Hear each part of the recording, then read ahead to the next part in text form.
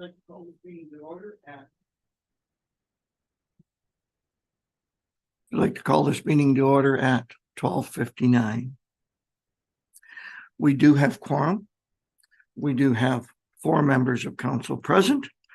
And once we go through our agenda a little bit, we will have Councillor Bruce Butter joining us via Zoom. Item 2 on our agenda, our land acknowledgement statement. The Township of Hamilton is situated within the traditional territory of the Mississauga, Anishinaabe, and Chippewa nations, collectively known as the Williams Treaties First Nations. Our work on these lands respectfully acknowledges their resilience and their long-lasting contributions to the area now known as the Township of Hamilton. Item 3, do we have any additions to our agenda? I'd like to add, this is Radon Month, so I'd like to acknowledge that for communication. Like me to repeat that? Please. I had trouble with the mic remembering too. I'd like to acknowledge that this is Radon Month, and I'd like to have that added to our communications, but could be please. Very well. Anything else to be added to the agenda? Moving on. With the addition, could I have a motion, please, to confirm the council's agenda? Moved by Larry, seconded by John. All those in favor? Okay, thanks. We do need a second motion, and that is to allow our procedure to be modified to allow Councillor Bruce Butter to join us by Zoom. It is recommended that the Council of the Corporation of Hamilton enacts as follows: that the rules of procedure be suspended to allow for the virtual participation of Councillor Butter during the November 21st, 2023 regular council meeting. Could I have a mover, please? Moved by John, seconded by Mark. Any questions?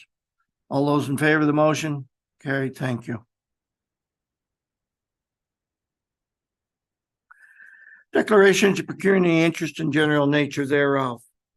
Are there any to be declared today? Seeing none, that shall be recorded. And I would say to all staff and my fellow council members with Councillor Butter on Zoom, please keep an eye pointed there. It'll take all of us to keep Bruce engaged at the appropriate time as we work through our agenda. Public question period. Are there any at this point in time?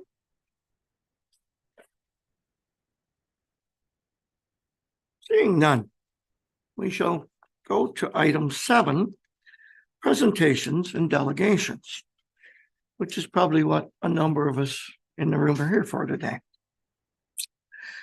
Liberty Power, Cobourg Battery Energy Storage Solutions. Project presented by Henry Hawkins, Project Manager for Liberty Power. And just a point of clarity, Cobourg in this particular case means Hamilton Township.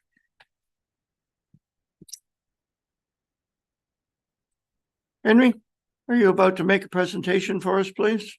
Yes, please. The floor is yours. Thank you. And just for clarity, is that microphone on at this point in time? Thank you, Emily. And I would also like to bring up with me Beatrice Ashby, also from Liberty Power. Thank you. So thank you, Mayor Jibb and members of council for having us at this meeting today. So I'd like to start off with a little bit of background. So we are proposing a battery energy project within the Township of Hamilton. This will be a 75 megawatt project, and we are advancing this for submission to an upcoming RFP with the ISO in December. So we are seeking from council today, not a all-encompassing approval for the project, but simply the green light to proceed with our project development so we can start the required studies and environmental approvals and permitting regulations, etc., that will be required to build this project. The municipal support resolution we're seeking allows council to add language to this effect, that further approvals will be necessary, and their support is only to provide us with additional points in the RFP itself. So battery projects are becoming more and more common in recent years. There was 4 gigawatts installed in the United States in 2022, with a similar number already installed in 2023. They've certainly gone through growing pains like any new technology, but they're becoming more safe and more reliable as time progresses and more installations proceed. There have been new certifications to hold these to a higher degree of safety, like the UL 9540 certification in 2026 and the NFPA 855 certification in 2019. So the ISO is seeking these projects because they have forecasted this need for energy regulation from the grid and storage projects and power that can meet demand as it spikes throughout the day. They've already procured 930 megawatts in a previous RFP and are seeking 1,600 megawatts in this RFP. So it's been asked of us several times, what benefits will there be to the community? Well, first of all, we would like to offer, if we proceed with the project, a community benefits agreement that we provide for many of our projects. And this would be in the amount of $100,000 per year over the life of the project. We would also provide community investment for required services like the fire department that would be required to have certain equipment and training necessary to respond to any incidents at our site if they do occur. We would also invest in the Laurie Lawson Education Center, which we are proposing we would be adjacent to, in addition to assuring that we offer no impacts to this facility. We would also upgrade any roads as required for construction or the operation of our facility, and would provide local jobs for the construction of the project wherever possible. We're planning on partnering with a local First Nation and are going through this process right now for an equity ownership in the project with significant financial benefits to accrue to this local First Nation. We would also provide a decommissioning bond for the facility to ensure that at the end of the life, the project is removed from the land and the site remediated to its pre-construction condition. So we've held an open house not too long ago, last week, in which approximately 50 members of the community attended. This is certainly the first of what we intend as our community engagement if we are moving ahead with the project, as we will continue to hold these events and solicit feedback from the community and respond to any questions and concerns and have it guide the development of our project. We have responded to emails as well from community members, phone calls, and we have posted responses to frequently asked questions from the open house to our project website, and we'll be updating shortly with additional questions that we have been asked from all of our sites at all of the open houses we have done.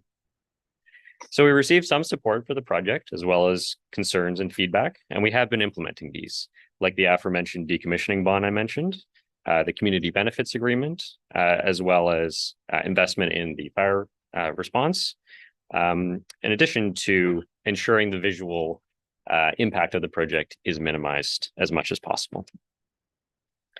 On the fire and safety front, we've been asked about the fire safety, especially as it relates to a particular incident in Arizona.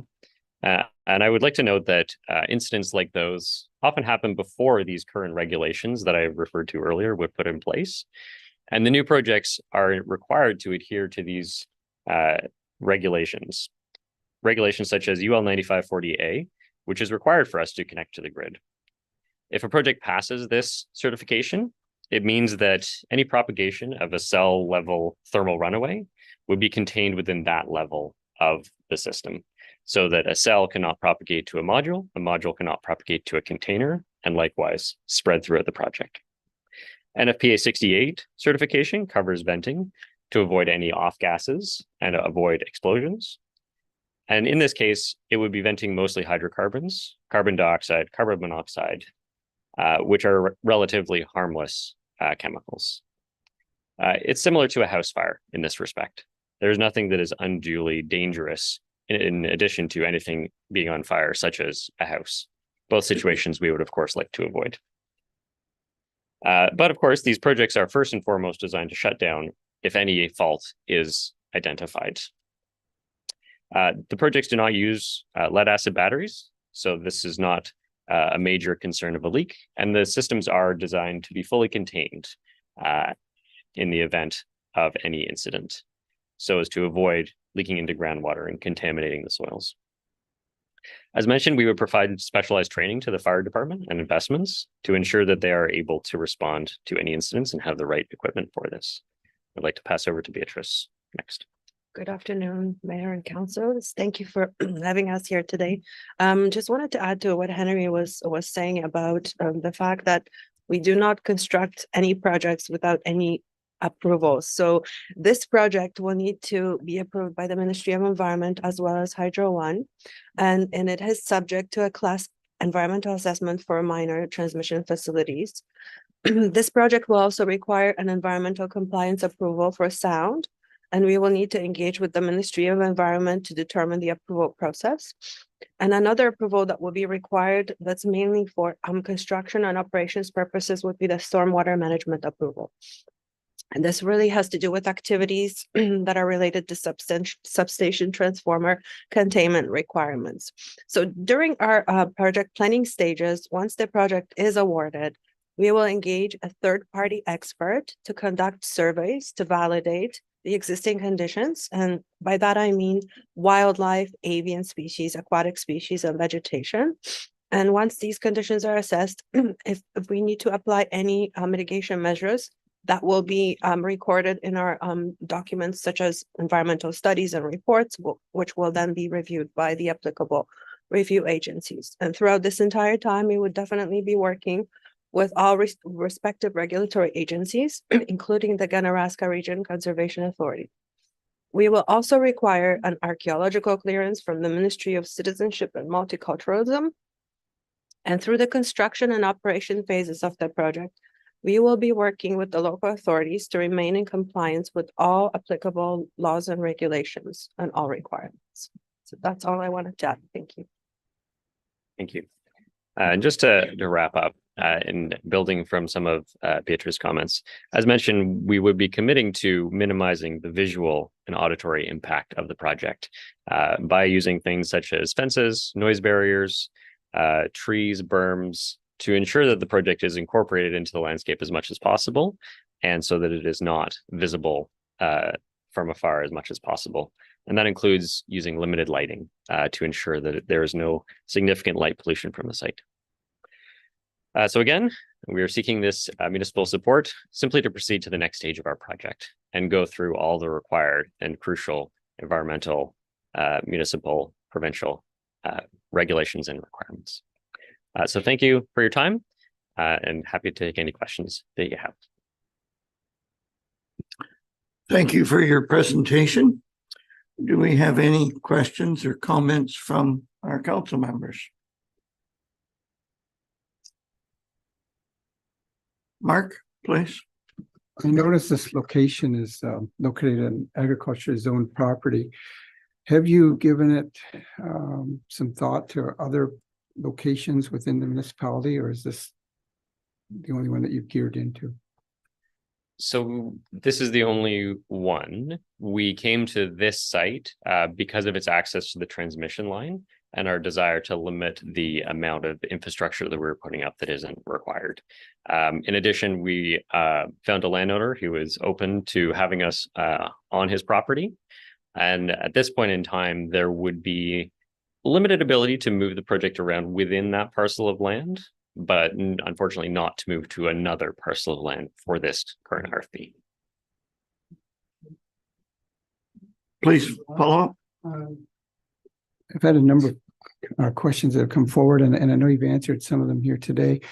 I guess my next question would be, as far as safety and training and so forth for the fire department, how much of that are we looking at? I mean, you mentioned in your first words were that it's no difference in a house fire, or it shouldn't be. But then in the end, you've said, well, we've got training and so forth and extras that the fire department will need. Can you explain that a little bit? Absolutely. We've heard directly from fire staff in other municipalities that they would expect further training. So we would engage an expert on our behalf to work with the firemen to determine what training they need. If no training is required, then of course. But that is simply to suggest that we would like to work with the fire department to make sure that they feel comfortable and that they have the training and the equipment we need, which we would provide to them.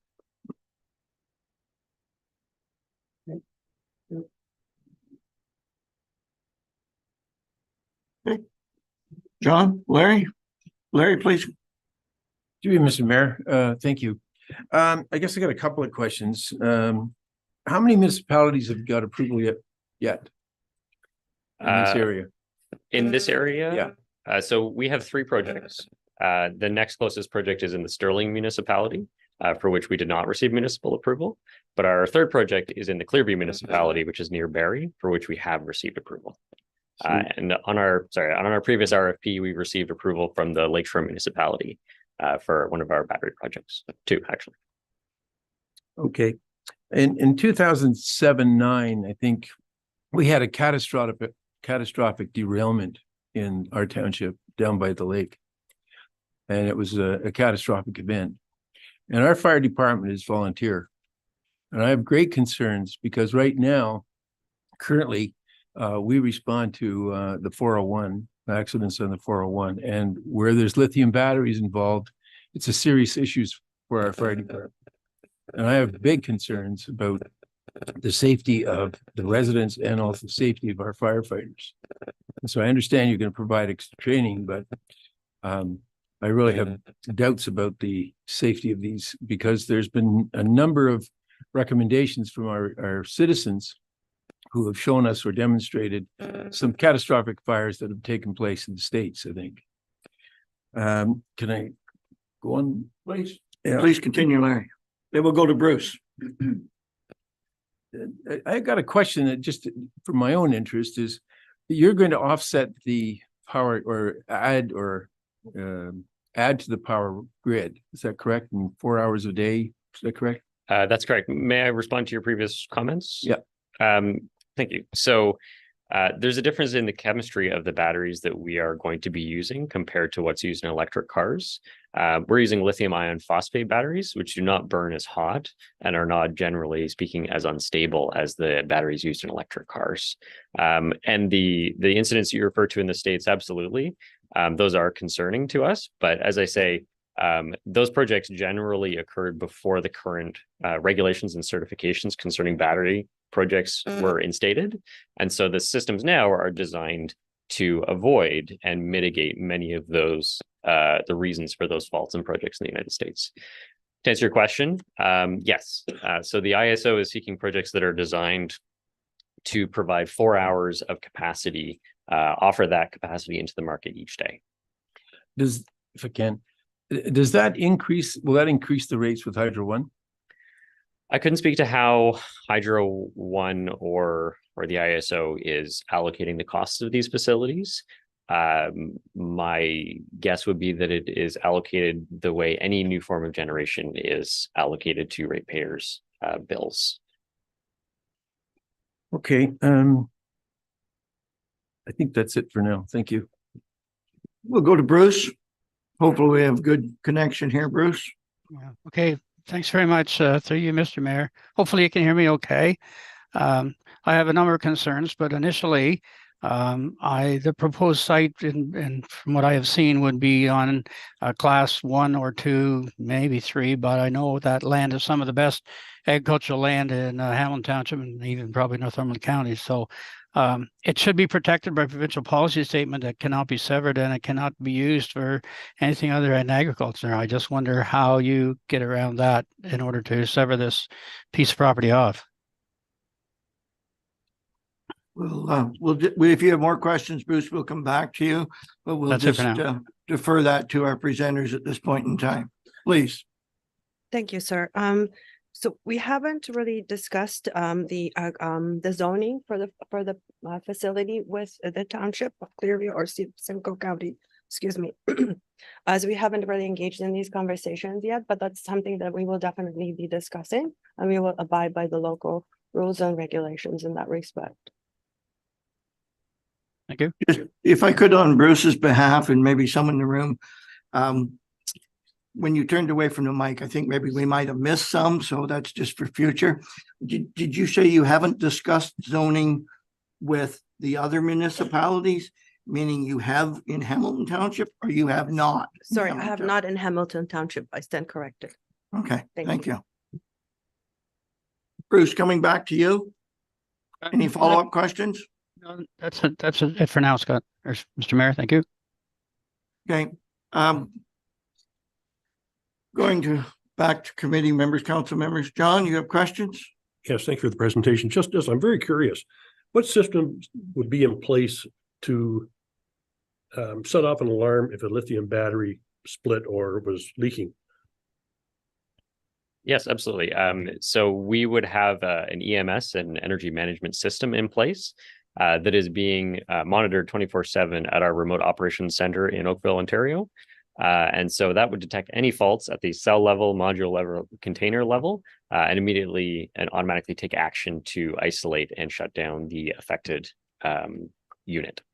And then we would have personnel that is available to respond on site within a rapid amount of time.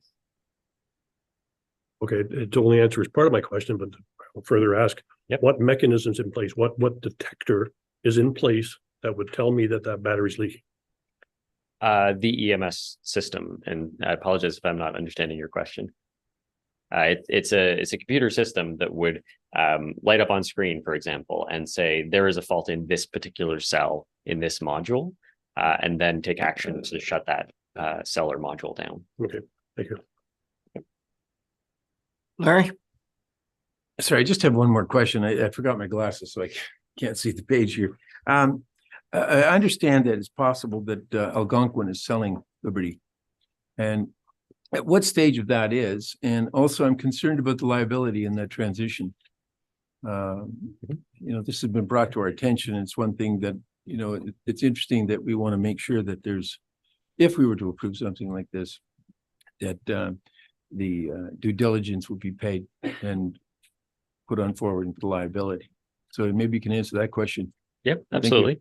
So yes, Algonquin Power and Utilities, our parent company, is currently conducting a sale process for Liberty Power.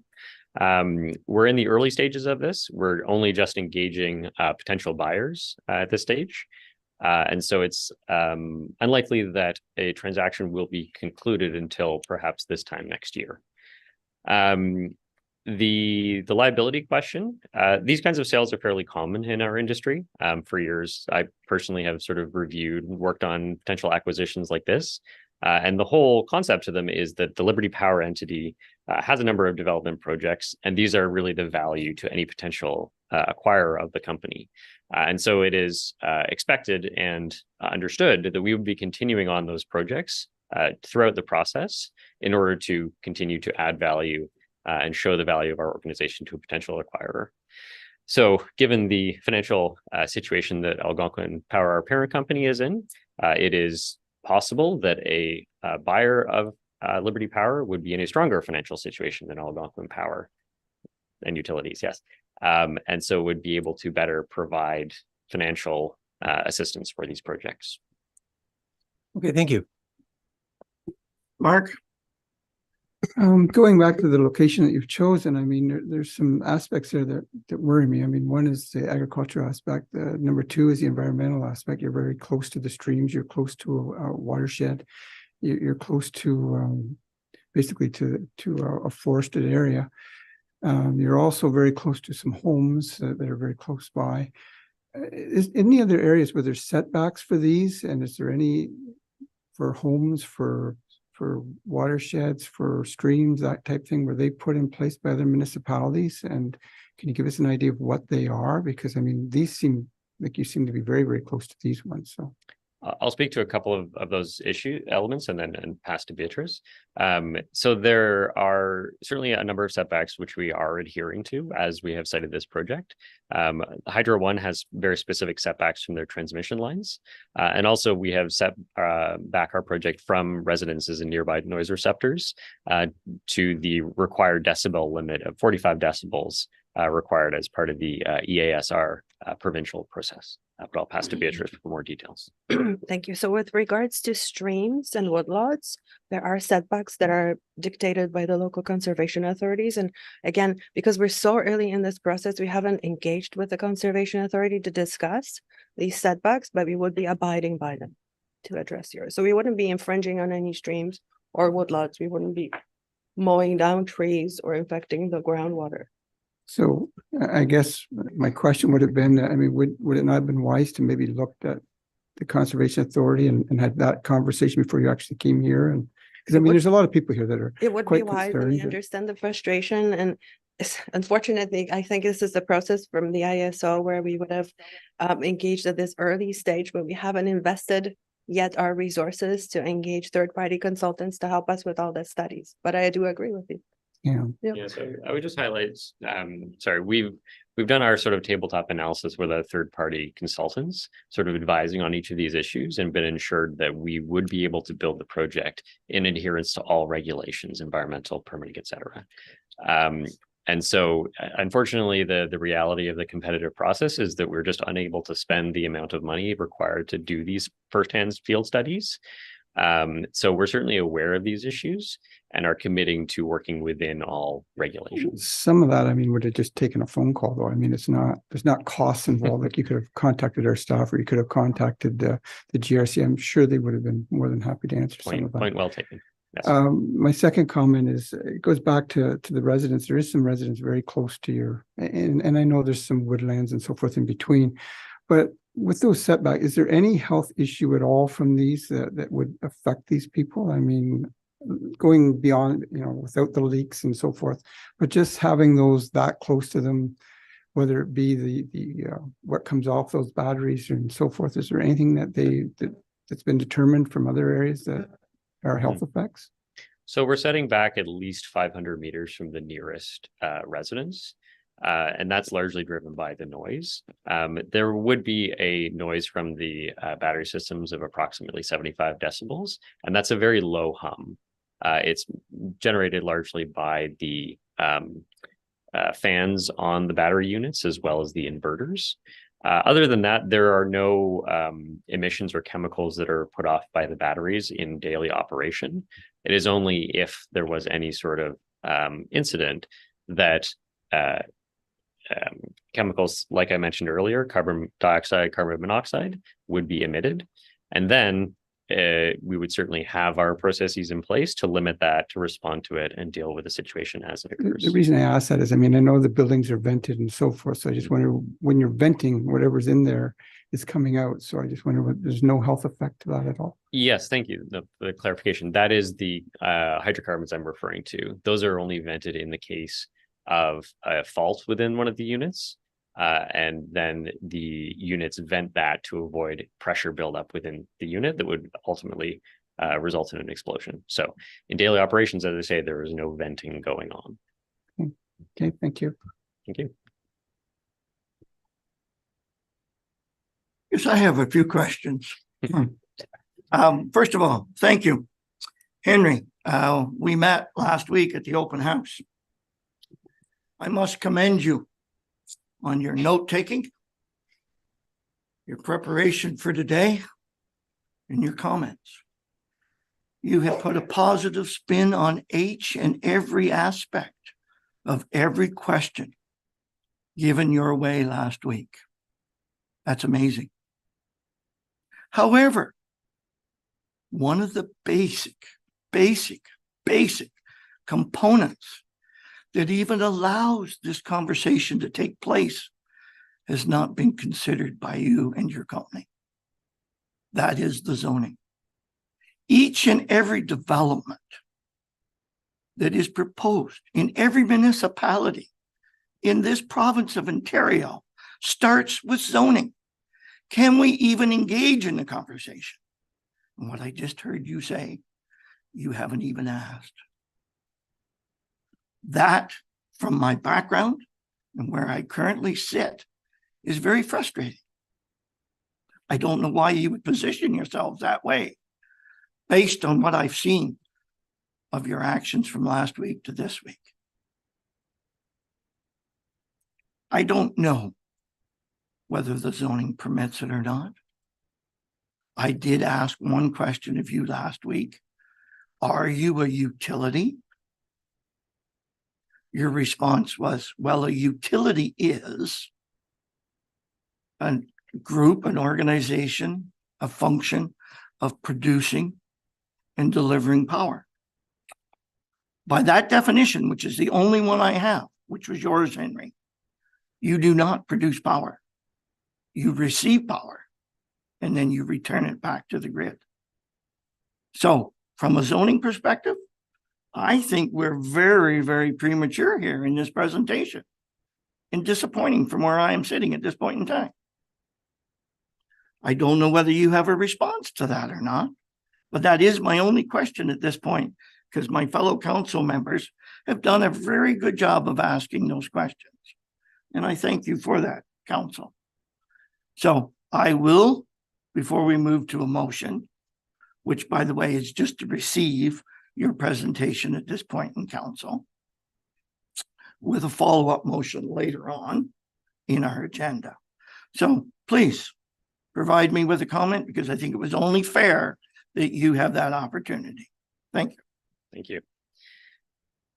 So I will say we have spoken with planning departments in other municipalities, and we have looked into the zoning requirements for battery energy systems.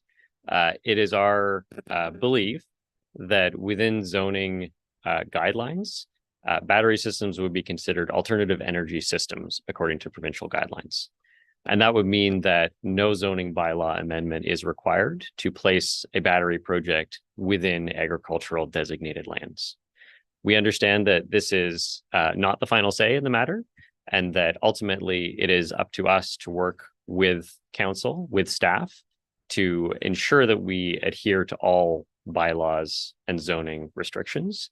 And we are very open and expecting that we would do that. That is based on our initial work at other municipalities. As I say, you are correct. We should have discussed with Hamilton zoning staff in addition to that. Thank you. Any further follow-up questions from anyone? That being the case, we do have a motion to receive the presentation. Could I have a mover, please? Moved by Mark, seconded by Larry. Any further follow-up questions or comments? All those in favor of the motion? Thank you. And thank you for your presentation. Thank you. Moving on in our agenda, 7.2, Township of Hamilton Communications Plan Update, presented by Emily Kirtledge, our Deputy Clerk, Records Management Coordinator. Emily? We're missing out on your facial expressions and reactions today, so you'll have to use emphasis in your voice. Please continue with your report.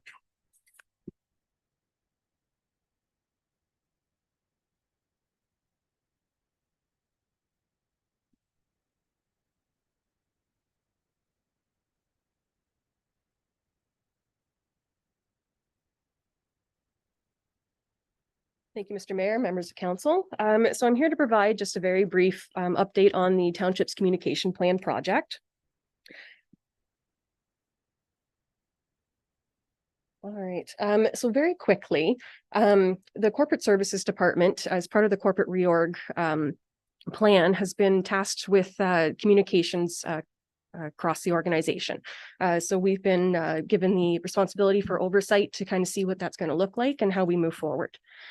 In terms of what we're doing here, so the communications plan is going to look at what, again, those communications look like across the organization. It's going to provide goals, initiatives, and also outline the roles and responsibilities that the departments have when it comes to communicating here as a township.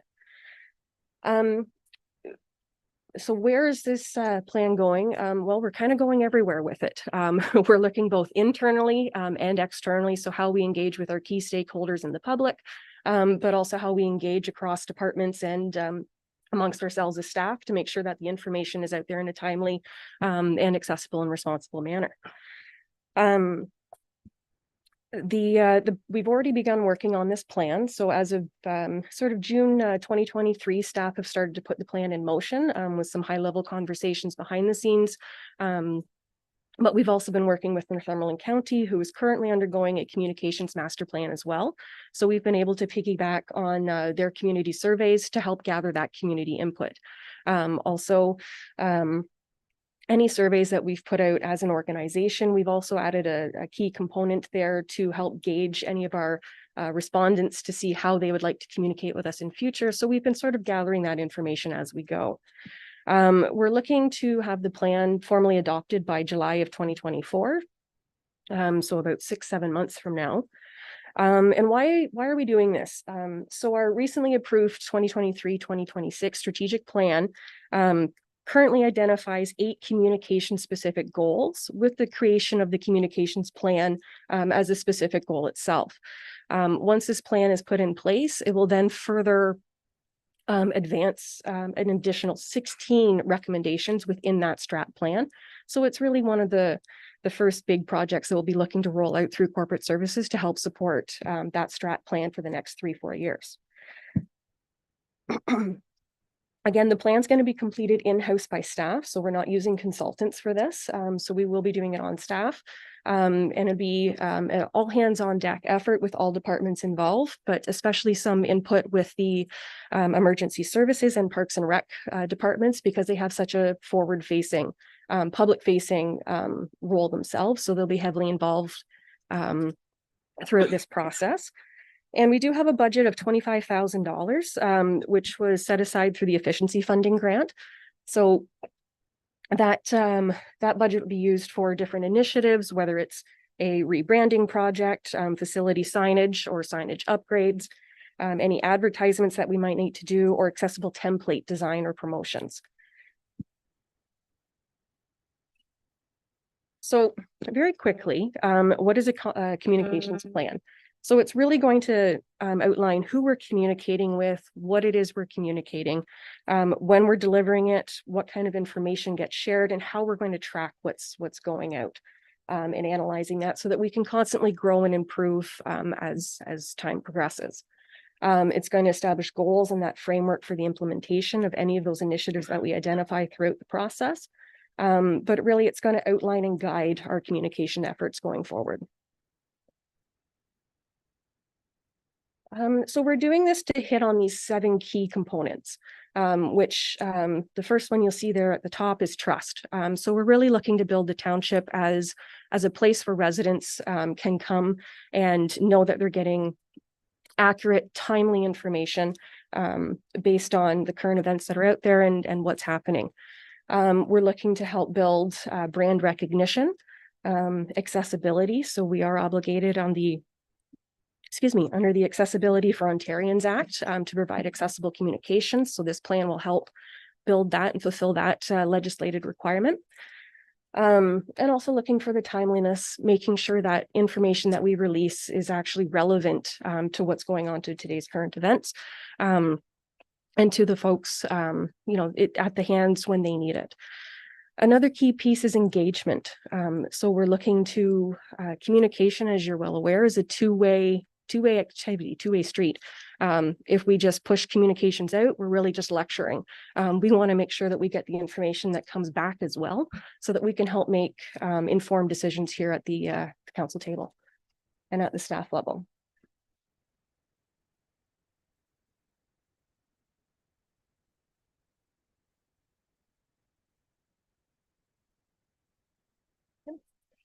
So in terms of creating the plan, now it wants to work. So in terms of creating the plan, we are looking at a 5-step process to identify goals, collect data, and analyze that. Those are sort of walking side by side. Again, as I've mentioned, we've sort of been having those high-level conversations at a staff level to see what it is, what the end outcomes and goals are that we'd like to see achieved by this. In terms of data collection, we would be looking at hosting a town hall meeting, doing some legislation review. So there's currently quite a few pieces of legislation out there that mandate how townships and municipalities are supposed to be communicating, whether it's certain notice provisions or requirements. So we'll be taking a look at that to make sure that we meet those within the plan as well.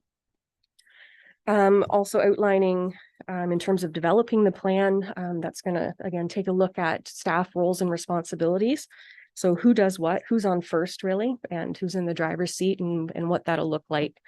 From an accountability framework standpoint, Through to the plan review and approval. So again, if it's a communications plan and we're saying engagement, it's a two-way piece. So it would come to council for review. But also we'd like to put it out for public comment to make sure that we have hit the mark and haven't missed anything, and get that feedback as we've done with both the strat plan and what we'll be doing with our budget coming up here shortly. So we'll be working through that. And then finally, the final step would be the implementation that we'd be looking to start again in July of 24.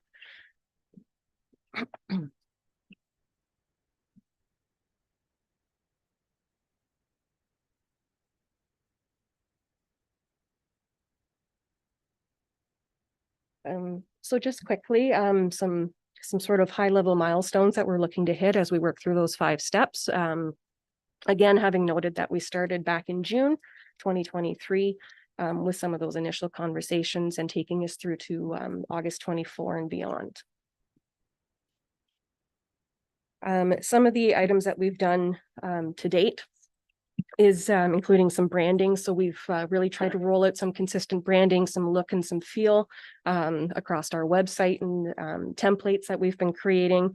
We've made some strides, leaps and bounds with some accessibility standpoints when it comes to forms and again, that templated materials in any of our formal documents that have gone out in the last several months.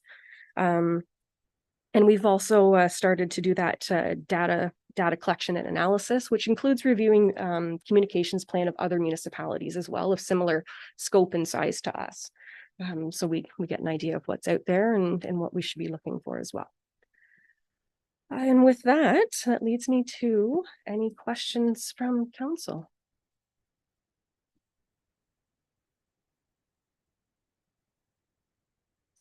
Questions from council members? Larry, would you like to go first?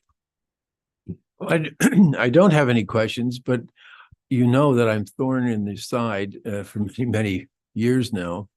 And I'm really glad to see that this is now moving ahead with a plan and strategy. And I have no questions about it now, but I probably would have some comments during the process. But I'm really pleased to see this is now well on the way. And thank Emily and Arthur and staff for taking this initiative on, because it's a big task, and I think one which will be very successful. And I know by communicating to the people, it's going to be welcome, because you cannot not communicate. So I look forward to working with you and seeing the results of this. So thank you very much, Emily. Thank you, Deputy.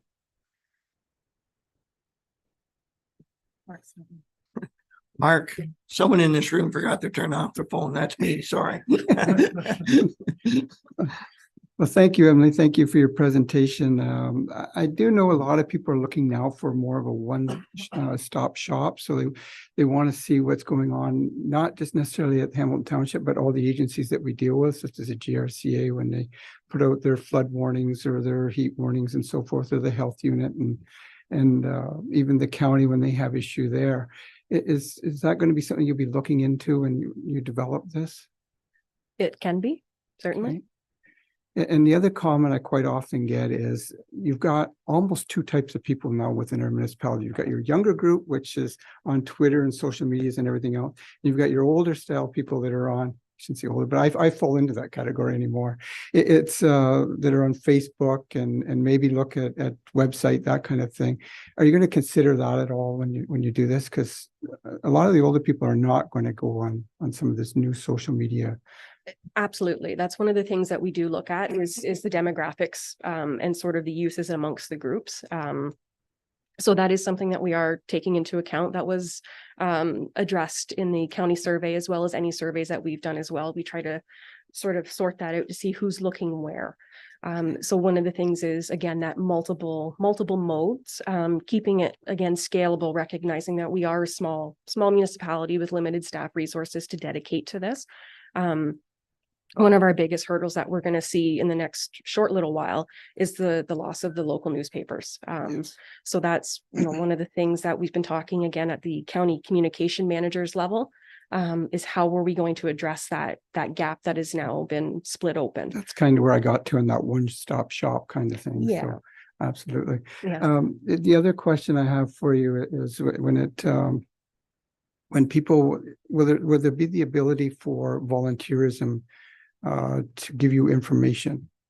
I know it was discussed at, and I know you weren't at our meeting yesterday, but even at our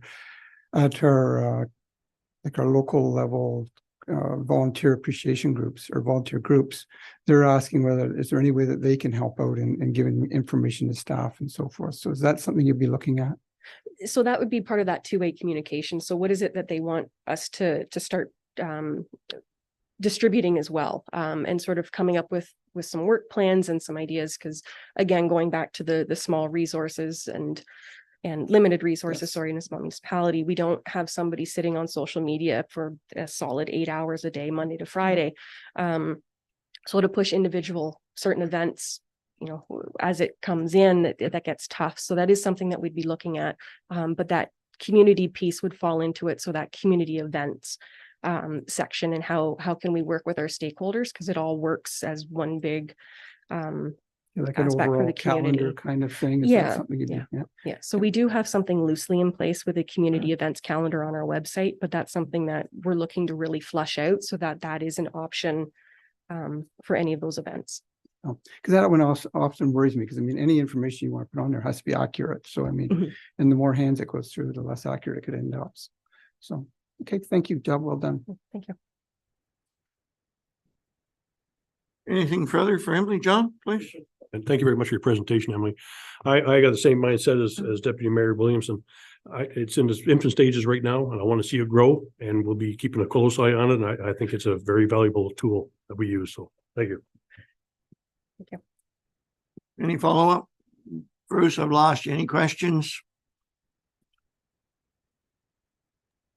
No, not at this time.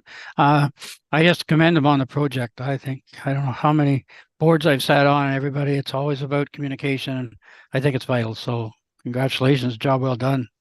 I have to see it through. Thank you, everyone. And Emily, I can tell by your voice, it was a struggle for you today, and we thank you for that extra effort. Thank you.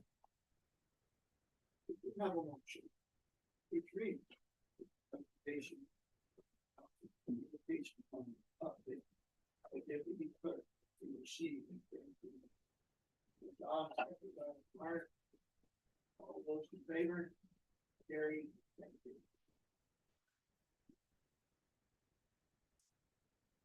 Okay, item 8 on our agenda, motion to go into public meeting. It is recommended the Council of the Corporation Township of Hamilton acts as follows. The council go into a public meeting under section 34 of the Planning Act at 1:47 p.m. on November 21st, 2023. Could I have a mover, please? Moved by Mark, seconded by Larry. All those in favor? Carried. Thank you. Item 8.2 is a zoning bylaw amendment for Cunningham on Queen Street in Harwood. Do we have a staff report? Yes, I see Jennifer there. Jennifer, would you like to proceed at this point in time? And how's your voice, by the way? Oh, my voice sounds a little different than usual right now, but it's okay. Thank you very much. Through you, Mayor Jib, this is an application ZBA 05-2023, applies to a parcel of land located at 9632 Queen Street in Harwood. The property is located on the west side of the road. It was previously the location of the Harwood store, and I believe there was a post office in the building. The store and post office ceased operation in 2011. There's always been an accessory residential use in the dwelling or in the building, and the current owners are applying to rezone the land from Hamlet Commercial Zone to the Special Urban Residential First Density 31 zone. And staff recommendation is that it be approved. I can take you through this. The property, it's a 0.2 hectare property located on the west side of Queen Street, south of Front Street in Harwood. It's in a designated settlement area. The provincial policy statement, the county official plan, and the township official plan all permit residential development in designated settlement areas. Surrounding land uses are a combination of residential uses. There's some tourist establishments along the shore of Rice Lake. Harwood Memorial Hall and Park are located on Front Street, not far from the property, and the Harwood Fire Station is located about 280 meters from the property. As I mentioned, this proposed change in use is permitted in the provincial policy statement, in the Northumberland County official plan, in the Township of Hamilton official plan. The Township of Hamilton official plan contains, it's actually in section 3.16 of the official plan, that contains a policy when a proposed use goes from a commercial or industrial use to a residential or a more sensitive land use, that they have to complete a record of site condition, which is a process through Ministry of the Environment. And the purpose is to make sure that there's no contamination on site. The requirement for record of site condition was reviewed with county staff, and it was determined that a record of site condition is not required in this case because the building isn't being expanded and the previous use included a residential component. So the potential for contamination is very limited. It should be noted that the applicants also provided an opinion report from an environmental consultant confirming that a record of site condition is not required.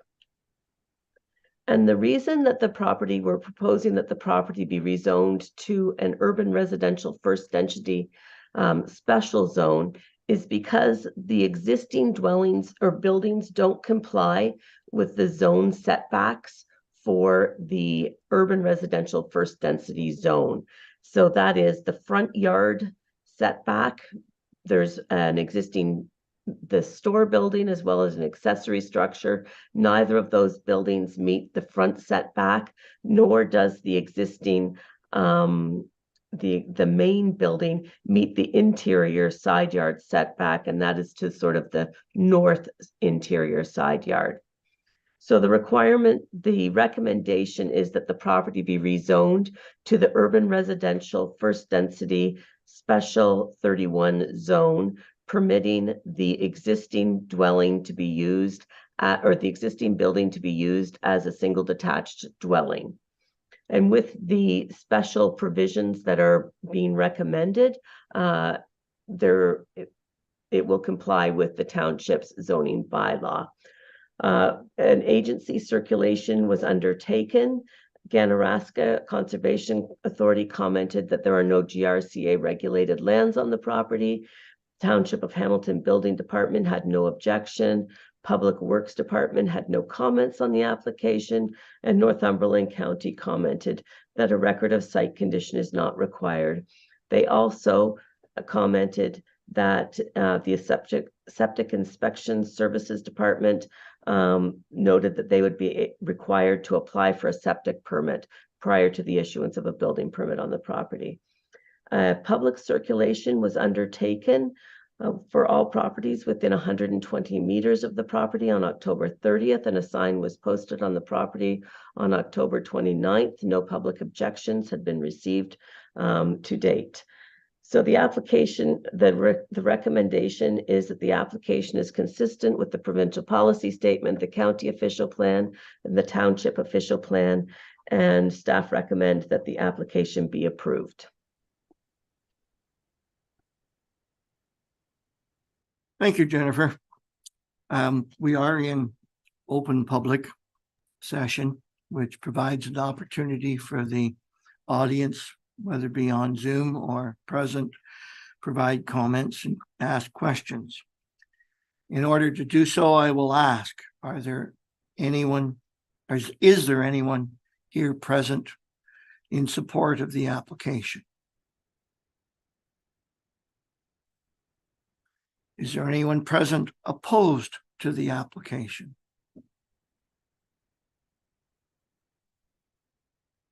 Please come to the podium.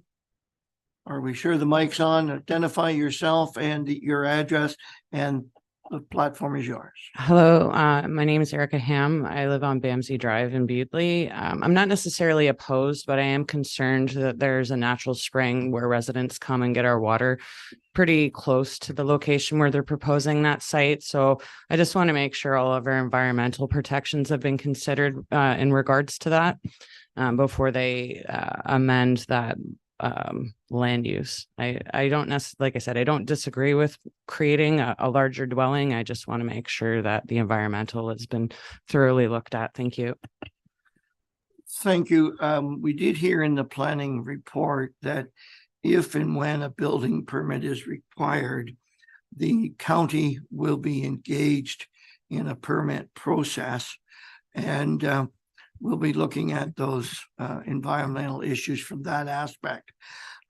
Jennifer, I've answered that question primarily because of your voice. Can you give me a yes? That's where we're going with that answer to that question in an effort to try and keep it short for you. Thanks, Scott. It's okay. It sounds worse than it really is. Yes, they're going to need septic approval from Northumberland County for any changes to the septic system.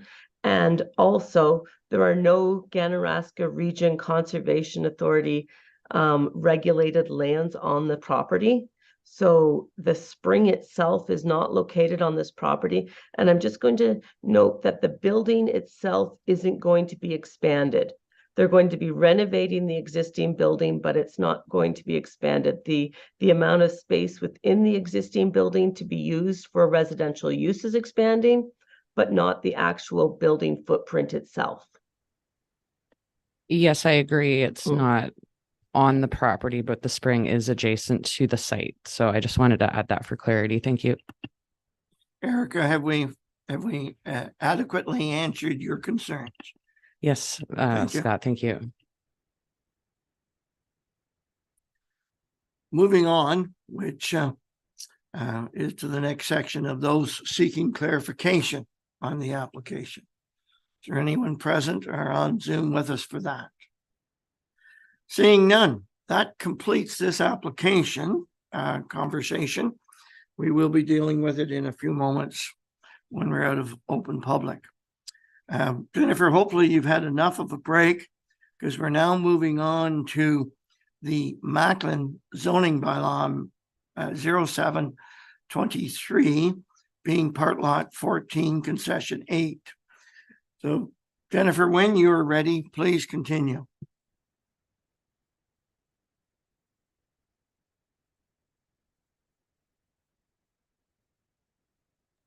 Sorry, I was muted. Through you, Mayor Jibb and members of council. Application ZBA 07-2023 applies to a parcel of land in lot 14, concession 8. It's identified by a registered reference plan number. And this property was actually subject to a consent application that was approved by the Committee of Adjustment on July 13th, 2023. That application approved a lot addition of 33.4 hectares of land, adding it to a property at 8792 Oak Ridges Drive. The retained 3.48 hectare parcel has 4.5 meters of frontage on Walden Road, and it had to be rezoned in recognition of the reduced lot frontage. So the attachment A, which is the key map identified on the projector at the municipal office, identifies the lands that are subject to this application. So the property is located on the Oak Ridges Moraine. So the policies of the Oak Ridges Moraine Conservation Plan are in effect.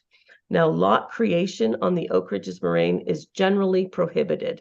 And with the previous lot addition application, no new buildable lot would have been created. There was a lot addition and a retained parcel. And the zoning bylaw amendment is required because the township's zoning bylaw contains a section that says an existing lot of record has to have 7.5 meters of frontage on a road in order to be eligible for a building permit. And this property does not meet that. The policies of the Oak Ridges Marine Conservation Plan, the county official plan, and the township official plan all allow for development of existing lots of record on the Oak Ridges Moraine if at the time the Oak Ridges Marine Conservation Plan came into effect, a building permit could have been issued for the property. In this case, this property had previously been rezoned to permit a reduced lot frontage of 0.45 meters. And that was a bylaw that took place a number of years ago. And when the township's zoning bylaw was updated, that special exception was lost. So by passing this zoning bylaw amendment, it will reinstate the policies that were permitted and the permissions that were permitted on this property to allow for the construction of a single detached dwelling on the property. Now, it's important to note in this case that because the property is located on the Oak Ridges Moraine, the only thing that is eligible for, in terms of residential use, is eligible to be constructed on this property is a single detached dwelling. There isn't an opportunity for multiple lot creation or the construction of an additional dwelling unit in an additional building. The Oak Ridges Marine Conservation Plan does allow for an additional dwelling unit within a dwelling, but not in an accessory building. So this property located on the Oak Ridges Moraine, and it's currently zoned Oak Ridges Moraine Countryside in the Oak Ridges Marine Conservation Plan. A number of uses are permitted in the Oak Ridges Marine Conservation Plan, including a single detached dwelling on an existing lot of record, in compliance with the township's zoning provisions. So as I mentioned earlier, the township's zoning bylaw contains a provision at section 5.12 that requires a minimum of 7.5 meters of frontage. This property only has 4.5 meters of frontage, and that's why the property has to be rezoned to an exception to permit a residential use. So the application was circulated to a number of agencies. Again, Araska Region Conservation Authority commented that the lands are partially within a GRCA regulated area, and that any development, including filling and grading or construction of a building within the regulated area, would require a GRCA permit. The Township of Hamilton Building Department had no objection. Township of Hamilton Public Works Department, they had no comments, and Northumberland County had no objections.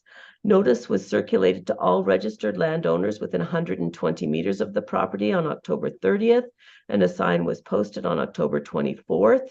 One area resident came into the municipal office to discuss the application, and it was explained that the application will allow for the construction of a single detached dwelling, and multiple dwellings will not be permitted on the property. So the application is required to fulfill a condition of consent application B0823, which required the retained parcel to be rezoned to recognize a reduced lot frontage. The property is located on the Oak Ridges Moraine. No new lot was created with the previous application.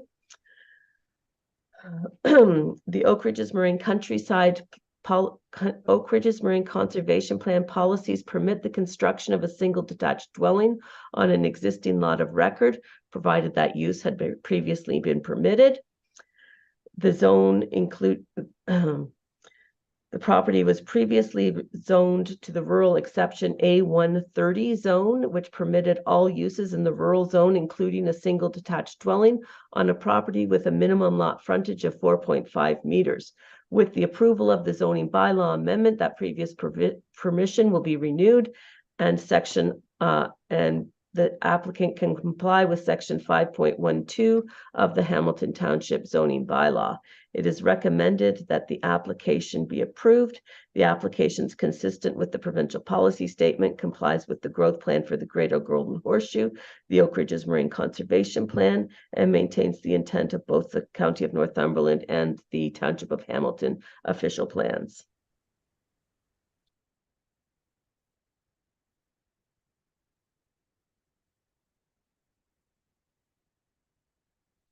Thank you, Jennifer.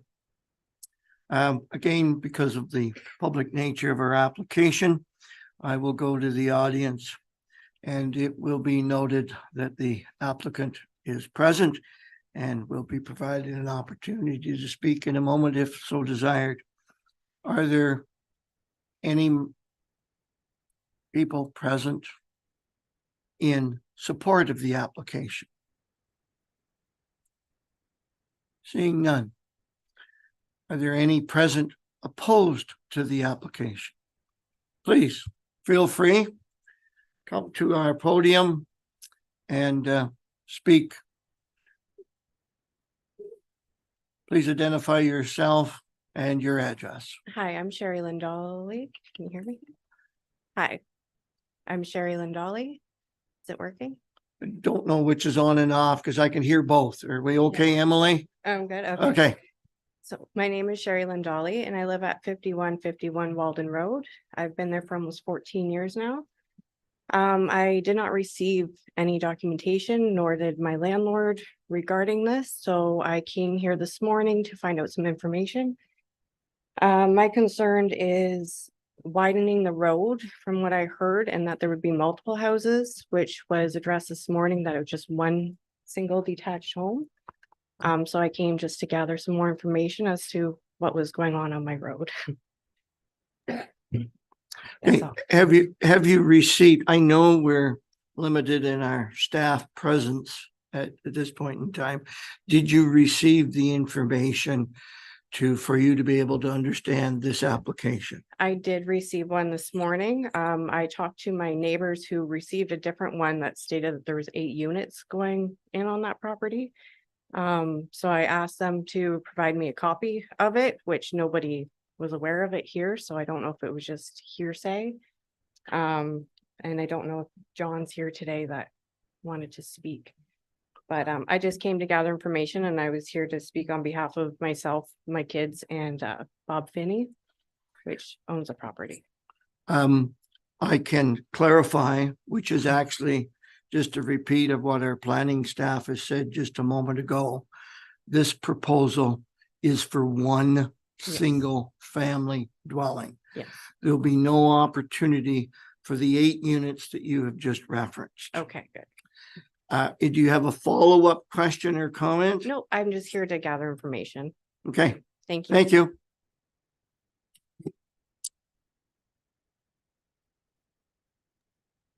Is there anyone else opposed to this application? Is there anyone here seeking clarification on the application? Coming back to our applicants. Oh, sorry. Don't have any glasses on, let alone the right. Please come to the podium, state name and address, and Jim Bately and Gore's Landing. The Oak Ridge Moraine is the Oak Ridge Moraine. That is a clarification of a section of land that is delegated to the Oak Ridge Moraine. So if we keep taking sections away, we're not going to have an Oak Ridge Moraine.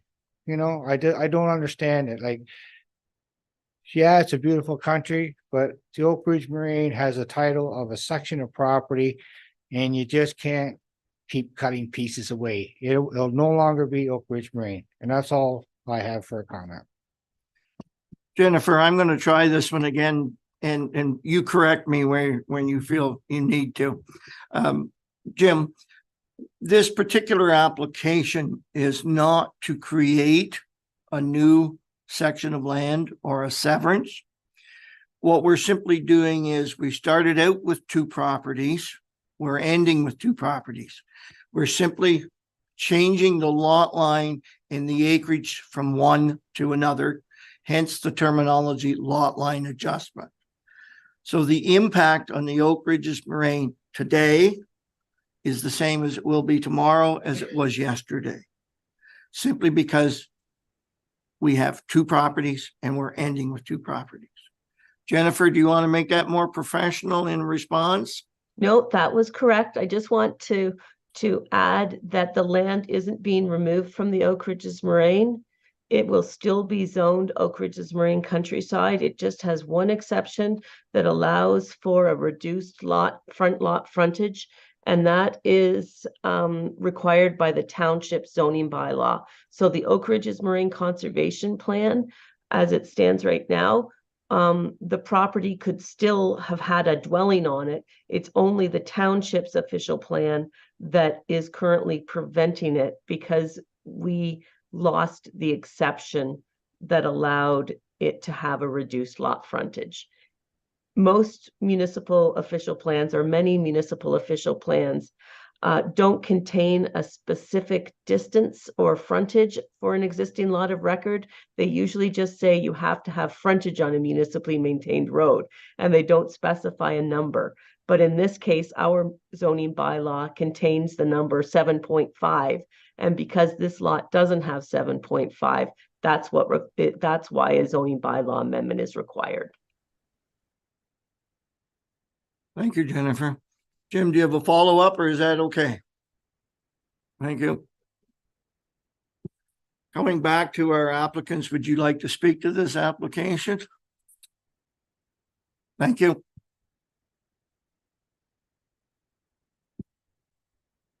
Any questions or comments from council members? Moving on. 8.4 is to rise from a public meeting and reconvene to regular council meeting. Motion reads, the council rise from a public meeting under section 34 of the Planning Act and reconvene to a regular meeting of council at 2:10 p.m. of November 21st, 2023. Can I have a mover, please? Moved by Larry, seconded by Mark. Questions or comments? All those in favor? Carried. Thank you.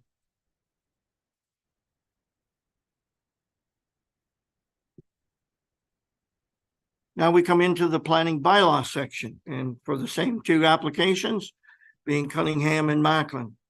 First of all, Cunningham, bylaw 2023-64, being a zoning bylaw amendment.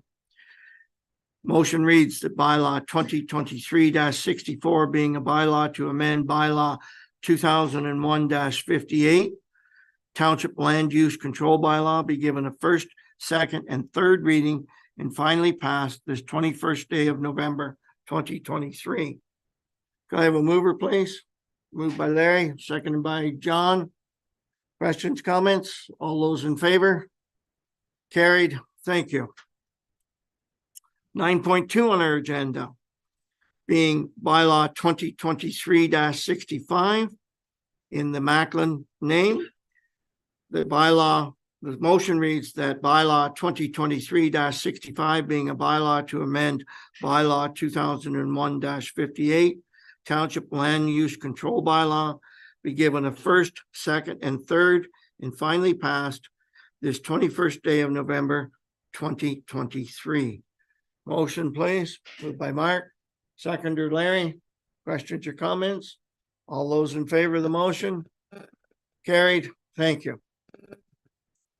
Item 10, council meeting minutes. Motion reads that the minutes of the October 17th, 2023 regular council meeting be adopted. I have a motion, please. John, second by Larry. All those in favor? Carried. Thank you. 10.2, committee of the whole. Motion reads that the minutes of the November 14th, 2023 committee of the whole meeting be approved. I have a mover, please. Mark, Larry, all those in favor? Carried. Thank you. Item 11, Public Works 2023-09 Hamilton Township Standby Generators Update. Lucas, would you like to walk us through, or would you just like to answer questions if there are any? I will answer any questions if there are, Mr. Mayor. Thank you. Council members? Yeah, I know. I remember. Lucas, after reading your last report and what you forwarded to myself. I don't know whether it went to all council members about the individual reports and where we are with the ongoing maintenance and schedule. I'm very pleased that we're in a position that we can have done everything that we possibly could. Thank you for your energy, effort, and patience with myself pushing that. So thank you, Lucas. I appreciate it, Mayor Jib. I do want to pass on, just it's not just me. I know there's a couple other managers here that are doing the inspections for their departments. So it's a group effort for all the departments, making sure these generators are up to standards. I'll change my comment then. Thank you to one and all that was involved. We do have a prepared motion that council receives report Public Works and Infrastructure 2023-09 Hamilton Township standby generators update for information. Can I have a mover, please? Moved by I'll Larry. move that, Scott. I'll Okay. second it. Bruce, you're on the record of being present with this communication here. Thank you, Mr. Mayor. Been moved by Bruce, seconded by Larry, I think. All those in favor? Carried. Thank you. Item 11.2, Public Works Equipment Update. Lucas, would you like to speak to this, or we can go to questions from council members if there are any? The report was presented last month. We did, or myself did, add a few more aerial or visual images to the report. So all the information is presented in front of you. I'm here to answer any questions if there is any. Thank you, Lucas. Do we have any questions or comments from council members? I don't know which hand went up first, so I'll go. John, please. Yes, I don't know. I just up through the CAO. Is there any way of making improvements to this report, please? I think we had a discussion before and I just want your input. Sure, through you, Mayor Jib. We can look at improvements to the way the present material was presented. So specifically, the report had some charts. They didn't format quite cleanly as they could have without lines, that kind of related information. So we're going to look at ensuring that that's clearly presented in future reports. We did look at the GPS information being presented the way it is with the blue and the red information. We'll probably add some additional legend information to show where, in fact, and what that information means as part of future presentations. But I think the overall intent of the map shows that a fair coverage of the township has occurred through the past 3 months or the past quarter, and that's what we're trying to present through that data. We did look at increasing data points, in other words, GPS data for every segment, but that becomes really onerous, one, to create and to then subsequently relate to a Google map or otherwise. So I'm not sure about that. We may look at seeing if there's any breakdown we could do either by month, which is presently the case, or whether it can be broken or identified what routes are. And that may just be a physical overlay. In other words, identifying where those route maps are or sections that the drivers or operators have.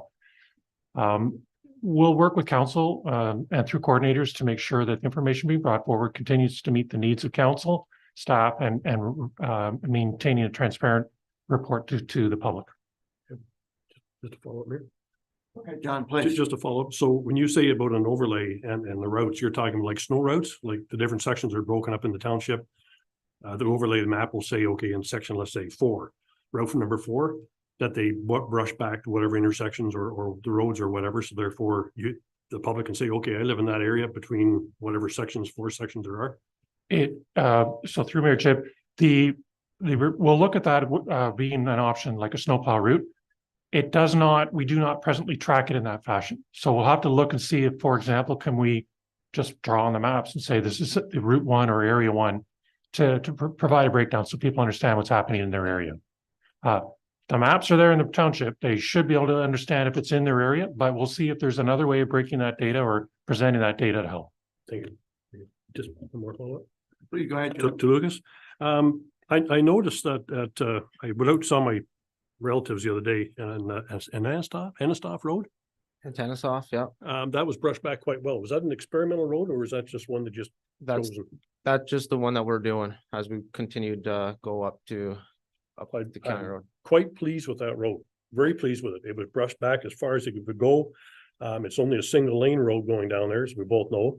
There was a lot of work put in there by the staff because they used chainsaws and whatever. So was this the brusher or was this the head mount from the Bigger one, the excavator. Okay. But we haven't, just as a information, I mean, they've been out for the last 4 weeks working continuously. Like we have both machines going nonstop. So there is a significant improvement out there. And I think we have received a few calls from the public as well. Yeah, I was quite pleased with the way that road was brushed back and hopefully they're all done the same ways. Thank you. Larry, did you have a question or comment? Through you, Mr. Mayor, just a little bit of clarity. The map that's shown there in blue, those are county roads. Is that correct? Through you, Mayor Jib, yes, that is correct. Okay. And I guess it says blue because the way the trigger mechanisms on the GPS means when the brusher is on. So with blue meaning the brusher's off, obviously we're on a county road or something. So with the red line meaning the PTO is engaged, meaning the brusher's on and doing roadside brushing or grass cutting. Okay, that's great. It just by me. I noticed that there is a couple of areas in Harwood that didn't get touched, and I wonder if we could make sure that they get addressed next year. We will make sure it's on the list. Okay. Thank you very much. Mark? Just for comment, I do know Lucas has worked very diligently on getting this done, and I know he's come to our coordinator meetings twice now and asked, is this enough? Is this enough? And we're not really sure how to answer him because we really don't want to micromanage your staff either. So if councillors have other ideas or other thoughts, could they please pass them on to either Scott herself or Lucas, and we can make sure that they get done and talk about them at least at our coordinators meeting, because for Scott and I, we thought this was pretty good, but nothing's perfect. And if we can get something else better and not involve a lot more staff time, then by all means, we'll try and make it better. Thank you. Any further questions or comments? I'll just provide a comment on this. I think we have a different background within our municipality, even within our council. I looked at the mapping, which can only be referred to as a snakes and ladders game of information without the ladders. And having a history in this municipality, to the extent that I have, I looked at it and went, whoa, and then I went, oh yeah, this road, and was able to sort it out. So when we come back to you, Lucas, it's to get information that we need to share with our ratepayers. And I look at this as sort of a living document as to how we're going to work it through to be able to share that information to not only our council members, but back to our public. So thank you for your efforts. And obviously we have a little more request for you. All right. I will comment, and I do want to do it publicly. I am concerned, and well, I better go to that first. I recognize the fact that our brushing equipment, both units, have done a lot of kilometers in the last few weeks. Noticeable improvement on many different roads that I've traveled on. And I thank you for that energy and effort. It does leave me with the same concern that I've been speaking about for the last year. When we go by a roadside and we cut down one Manitoba maple this year, we're going to have 14 next year. And we're going to have to develop a plan as to how we manage that regrowth. And as you know, Lucas, I brought that up several times, and hopefully we can manage that as well in the future. Thank you. Thank you, Council.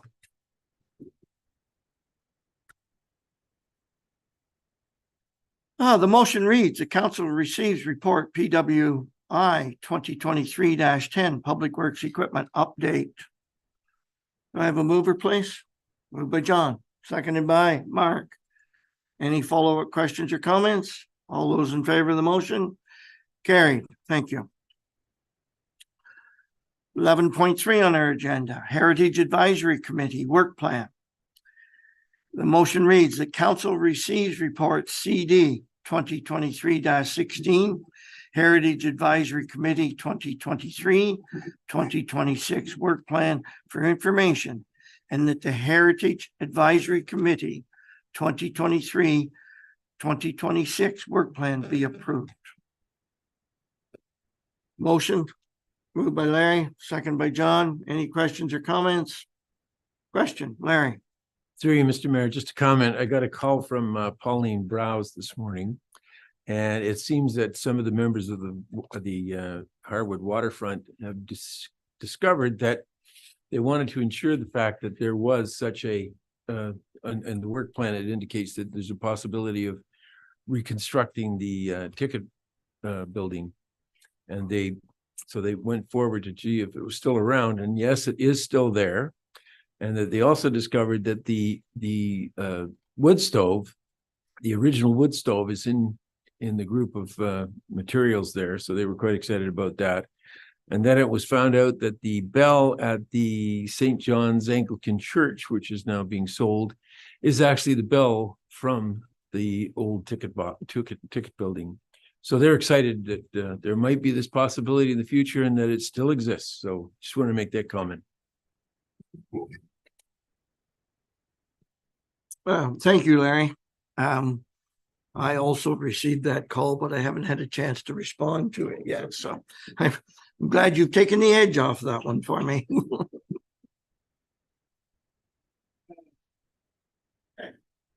Any other comments or questions? We got a motion on the floor. Been moved, it's been seconded. All those in favor of the motion? Carried. Thank you.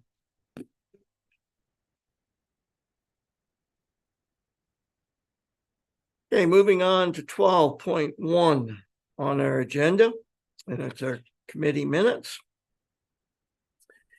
And the prepared motion reads that the agenda items 12.2 to 12.5 of the November 21st, 2023 regular council meeting agenda be received for information. Moved by Larry, seconded by John. Any questions or comments?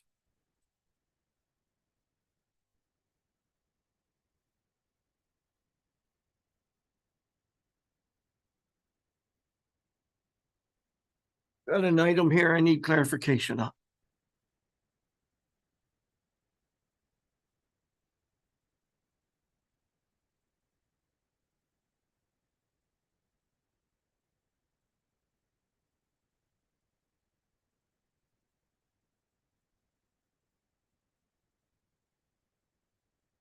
We do have a separate motion within 12.2.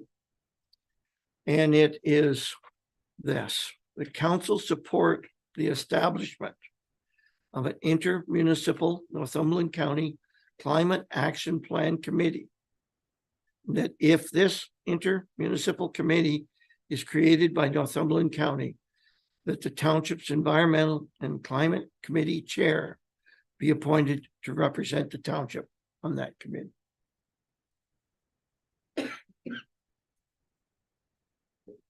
Everybody clear on that?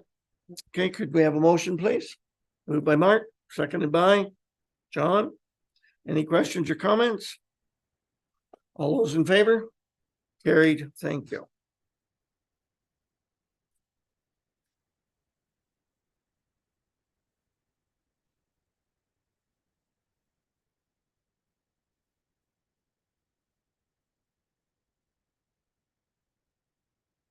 Okay, so we should be there. Okay. 14.1 on our agenda. Parks. Parks 2023-04 Baltimore Rec Center HVAC repair. Would Trevor like to provide an overview here, please? Yes, Mr. Mayor, just that we did have an emergency repair to one of the HVAC units at the Baltimore Rec Center that was not budgeted for. So this is just for information. The repairs have been made to date. So I can answer any other questions. Which unit, what part? Part that does the main lobby. Okay, we do have a motion. Do we have any questions for Trevor? Okay, thanks, Trevor. Motion is the council receives report Parks 2023-04 Baltimore Recreation Center HVAC repair for information, and the council approves $6,700 to be funded from the rec facilities reserve to fund the HVAC repair at Baltimore Recreation Center. Moved by Larry, seconded by Bruce. Thank you. Any questions or comments? All those in favor of the motion? Carried, thank you. Item 15.1, Liberty Power. And of course, we just had the presentation. It is recommended that the council, the corporation of the Township of Hamilton enacts as follows. The council receives report PNG 2023-25 for information, and that council not provide municipal support resolution for the proposed Liberty Power Coburg Battery Energy Storage Project located in part of Lot 23, Concession 2. Being roll number 030-425-50. And the council directs staff to prepare locational requirements for future proposals.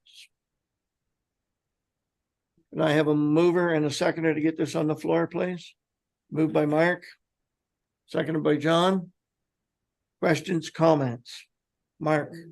Question on this, on the last wordings here, that council direct and prepare or staff prepare locational requirements and future proposals.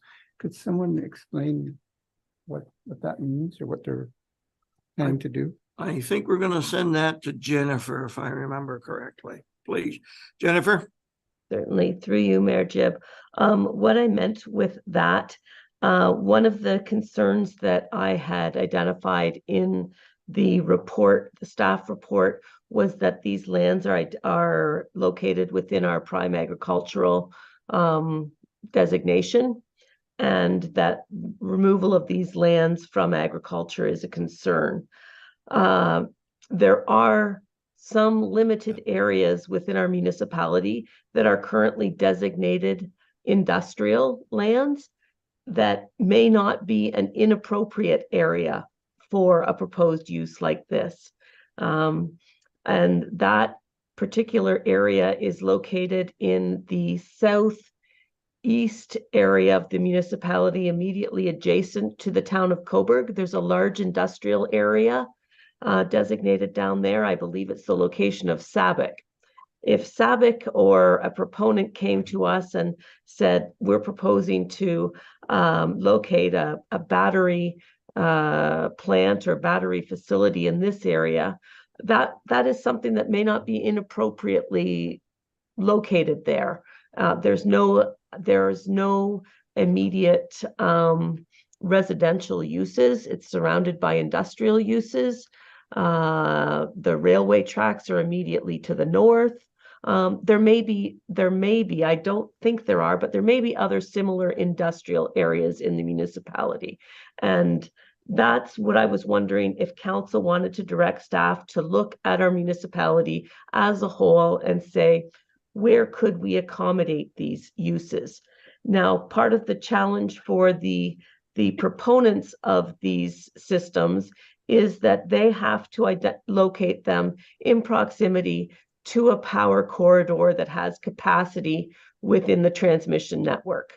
And perhaps in that location, there isn't a line with capacity. But that is for the proponent to look at. The municipality could look at this from proactively and say, where would we consider these? And that was the third portion of that recommendation, so that when we have future proposals, we could say council has considered this in the past, and we will entertain these proposals in X designation. Thank you, Jennifer. Follow up, Mark? No, I'm fine with what you're saying, Jennifer. I was just worried when I saw those words that we'd be getting more and more of these coming forward in locations that may not be appropriate, but thank you for clarifying that. Bruce, I'll go to you just in case you have questions or comments. I guess, I think that's a good idea, for staff to do that. I certainly would be, I don't think that we should put that out there to these, project proposals that we have that, but I think it's good to be prepared. So if another one comes forward at any point in time, we could probably say, okay, this might work. I don't think we want to incite these people to come to our township if we can help. I think there's an awful lot of questions that need yet to be answered. Thanks, Mr. Chairman. And I would make the motion if you want.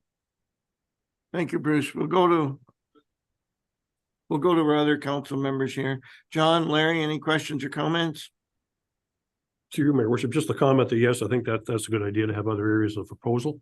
So therefore, if a company does come forward, then they can approach the appropriate destinations such as our planner and get all the information first prior to coming to council and making presentations. Thank you. Thank you, John. Larry, any questions or comments? Well, I first off, personally, I don't agree with having these in the township at all. Unless in the future, this is a necessity of maintaining the power grid. But I mean, our power grid right now, the infrastructure is very low and we keep getting brownouts and power dropouts. But I personally am not for approving this at all. So that's just my own statement. So that be it. Well, just coming back, we do have a motion on the floor. Been moved and seconded, and I'll just clarify that that's where we are. If there's no further questions or comments, then I would call for the vote. Any questions or comments then? No? I'll call for the vote. We can do that? Yes. Daphne, could you prepare a recorded vote process for us, please?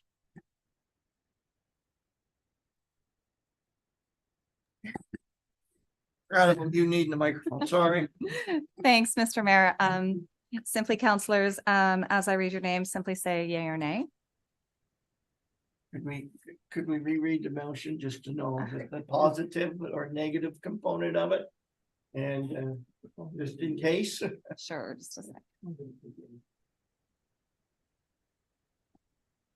The motion reads as follows, that Council of the Corporation of the Township of Hamilton enacts as follows, that Council receives report PNG 2023-25 for information, and that Council not provide a municipal support resolution for the proposed Liberty Power Coburg Battery Energy Storage Project located in part lot 23, concession 2, assessment roll number 1419-000-030-42-550-0000, and that council directs staff to prepare locational requirements for future proposals. And that's been moved by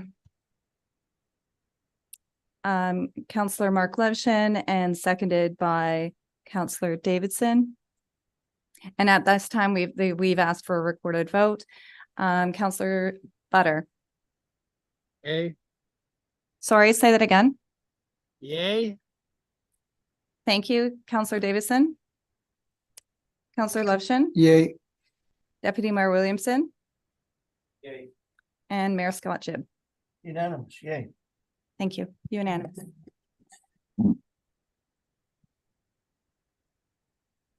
Hey, moving on in our agenda, item 15.2, Rogers Communication Tower site. It is, we do have a prepared motion that council receives report PNG 2023-26, Rogers Communication Tower, site CT 0322 for information, and that the proponent be advised they must submit an application for site plan approval and enter into a site plan agreement with the municipality before council will provide a letter of municipal concurrence. Can I have a mover, please? Moved by Larry, seconder. Bruce. I don't know, his picture just flashed by my screen, I can tell you that. All right, it's been moved, it's been seconded. Any questions or comments? All those in favor of the motion? Carried, thank you. 15.3 on our agenda, Conservation Authority. The motion reads, the council receives report 2023-2324, 2024 Ganaraska Region Conservation Authority operating budget for information. And that council directs staff to confirm in writing to the GRCA the township support and approval. And that council provide 2024 pre-operating budget approval for $187,211 for GRCA basic shared levy and specialized township initiatives, and that council consider a bylaw to authorize the mayor and clerk to sign a memorandum of understanding for programs and services. Can I have a mover, please? Bruce? Okay, moved by Bruce, seconded by John. Questions or comments? All those in favor? Question, John, sorry. Where am I lost here already? Our risk management officer. We have one here in the municipality? We'll have to defer that to someone other than myself because I don't believe so. Tim, can you, a little positive action there in your court? I'll do my best. Right now, Anita was working on that certification, so I think that was part of a transitional plan that should come into effect this year. Thank you. Yeah, just a concern because I saw the minus and I thought, well, jeepers, we don't have an officer here. So and that's that question. Thank you. Mark? And this is nothing to do with John's question. I just wanted to make sure that everyone realized that we had the presentation at our committee of the whole approximately a week ago or 2 weeks ago now. And those numbers are not reflective in these numbers. So that's additional to this if we go forward with that project, just so that you're aware. Any other questions? Okay. With that little banter back and forth, I've lost. Did we have a mover or seconder on that? Good. All those in favor of the motion? Okay, thank you. 15.4, Trillium Grant. Prepared motion, the council receives report 2023-24, the 2023 Ontario Trillium Capital Grant for information, and that council authorizes the mayor and treasurer to enter into a funding agreement with the Ontario Trillium Foundation. Mover and a seconder, please. Moved by John, seconded by Mark. Questions or comments? All those in favor? Carried. Thank you. 15.5. OPP policing contract. Prepared motion, the council receives report CAO 2023-06, OPP contract 2024-2025, and the council agrees to a 2-year term with the OPP for municipal police services, and the council consider a bylaw authorizing the mayor and clerk to sign the agreement on behalf of the township and forward the executed agreement and corresponding bylaw to the OPP. Mover and the seconder? Larry?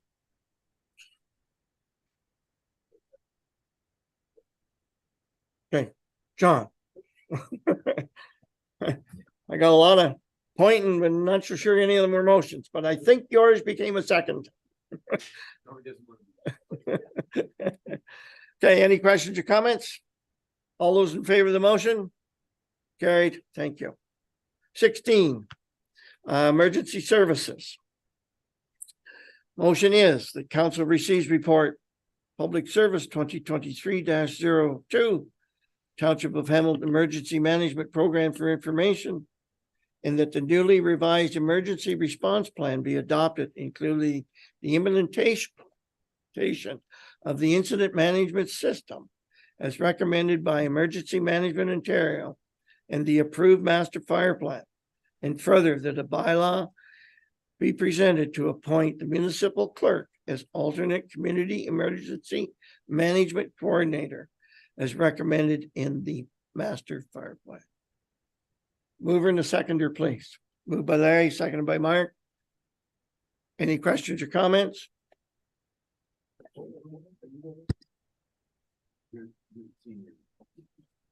John? I don't know where this meeting's going at this point in time, but John, you seem to be up next. I just want to make a comment that I started reading the material in my Easy Boy chair and after I've been woken up several times, I finally got it read. So I appreciate that. Mike, thank you very much. Larry, you may have wanted to go next. I was awake the whole time. Mike, the only thing and we went through the exercises, when you're doing that, are we going to have a procedure or a plan ahead that when there is an emergency and the mayor calls for it, is there a way that we're communicated out, the members of the emergency plan, to come to the facility to engage in the emergency? Right. So what you saw on that plan was a lot of the forward facing documents, and we kind of reserve the right for the annex piece, which gets the personal information that's contained within. So there's definitely a plan for the fan out piece that goes with that. And then it is a part of the duties of head of council in their position to communicate to the rest of council through the process. Okay, great. Thanks. Bruce, we'll go to you. Any questions or comments? No, none of this time, Scott. Thanks. Mark, yourself? Mike, it would only be due diligence if we provided you an opportunity to come on that if you wished. Just in summation of the report, that it is threefold, obviously introducing the new IMS plan as it's written, which was a recommendation, appointing the clerk as our alternate CMC. And the third part that might not have been as obvious was the continued engagement with our other municipal counterparts. And one of the large discussions that we've had over a number of years throughout the county is the need and use of an alternate EOC or an alternate location should ours get knocked out. And for years and years, we all maintained a second facility, which in our case is the Baltimore Rec Center. I think I'm happy to and pleased to announce that we can kind of do that by the wayside, that we all have an agreement that everyone has a solid place in place.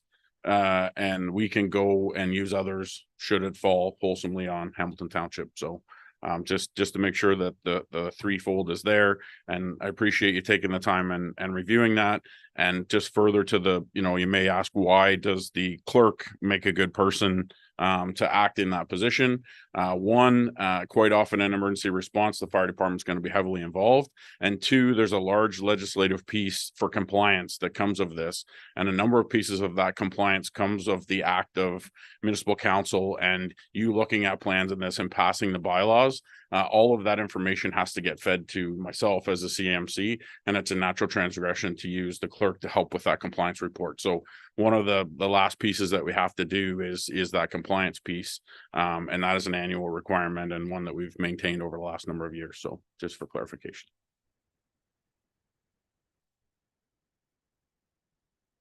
Thank you, Mike. You have to move it in seconder of this motion. We have a vote, please. All in favor? Carried. Thank you. Before we move into communications and announcements,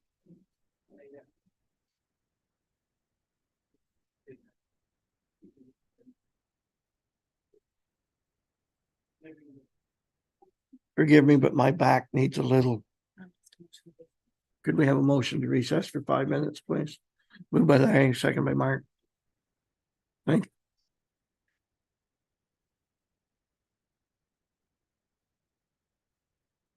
It's a great place to be. How you doing? Very good. Yeah, good. It's going well. Yeah. Get some rain. Yeah, I guess certainly could change the heart. Get it.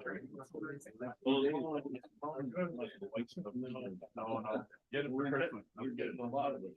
Yeah, good to see you.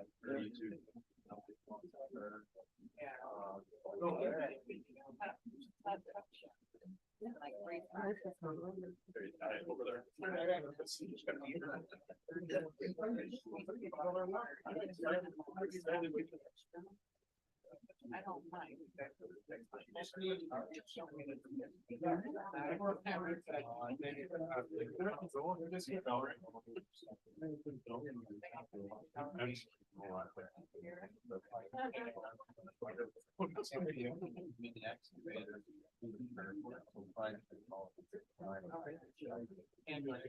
No, no, it's cool. But I'm always gonna remember because that's. I think good. Winter time, it gets better, so this summer, you see all that. Well, the guys said, oh, yeah, we can do a little bit. We'll be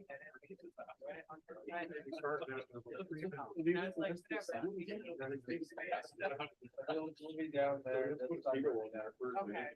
Do you know if it'll be the start of summer or? It'll be in the, you never know, right? Like, yeah.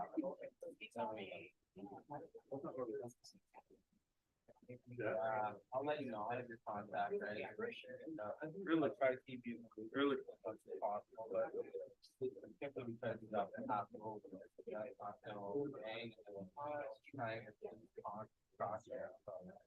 So I can use that in the summer. Well, we're starting the budget here in December. Well, that's why I said, like, do I need to come take it? You'll be okay. We will have enough there that. All right. Thanks, Lucas. Take care. Appreciate it. Have a good day, guys. You as well.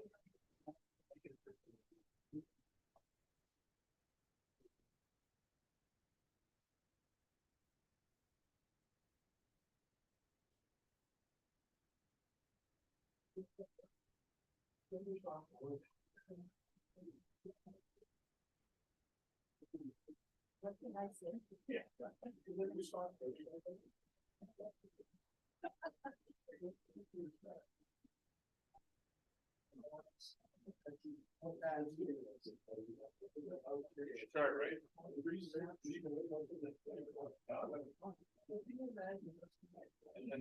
And that's getting better, like they're really bad.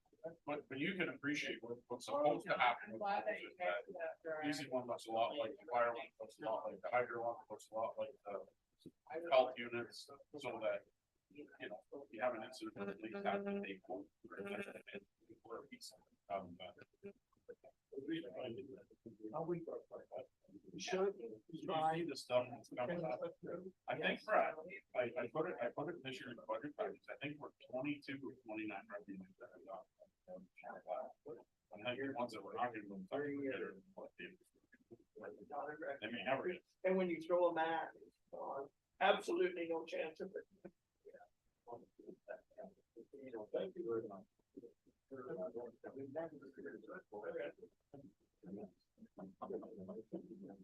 Yeah, you should try to prove one of those things. And Emily, I sort of give her some, she put it in our format and she got it in a 30 word, and then she had to put it all in. We had a couple hours of editing. If we're cool. If anything, I was just. And see what was in there, you know, I did respond to one of the emails saying, geez, I recognize the name, but give me a minute. Ron's been a lot longer. I mean. I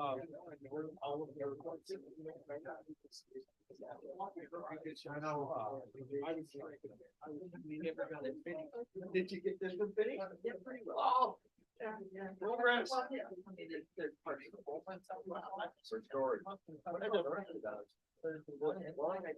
My wife is well, but never, my wife. Back Friday. We had a good time.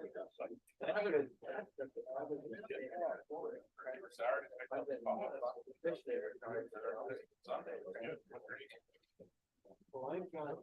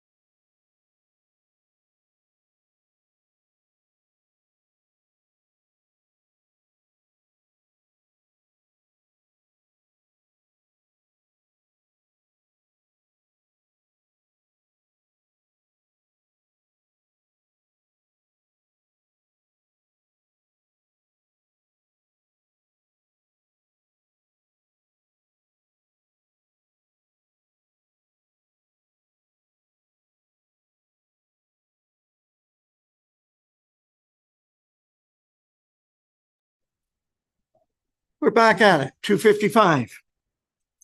We're about to go to communications under 17.1. It is recommended that the Council of the Corporation of Township of Hamilton enacts as follows: that agenda item 17.2 through to 17.5 of the November 21st, 2023 regular council meeting agenda be received for information. Can I have a mover, please? Larry, seconder John. Any questions or comments? Mark? There was one I had asked to be added, which was radon month for November. I don't know whether you need to extend that number down to 17.6 perhaps. And maybe I'll just mention why I've added this to the agenda. It is November, so I thought it was time sensitive and it was appropriate to do that for today. Myself, I didn't think it was an issue within our municipality or a big issue within our municipality, but I've since learned that there is some residents that have found radon within their homes. In fact, we had a committee meeting as of yesterday, and one of the members there shared that news with me. So I thought it was important, from that meeting to bring this information to you and allow you to give some thought and maybe pass it on to some of the residents within the municipality that it is here. It is in some homes. So if anyone suspects it, they should get tested and so forth. The ways of alleviating it are easy and sometimes not even very costly. And just to let you know, it is the second leading cause of lung cancer within Canada. So it is one of those things that if it's there, you should know about it and you should hopefully get it resolved. So I decided to bring that forward. Thank you, Mark.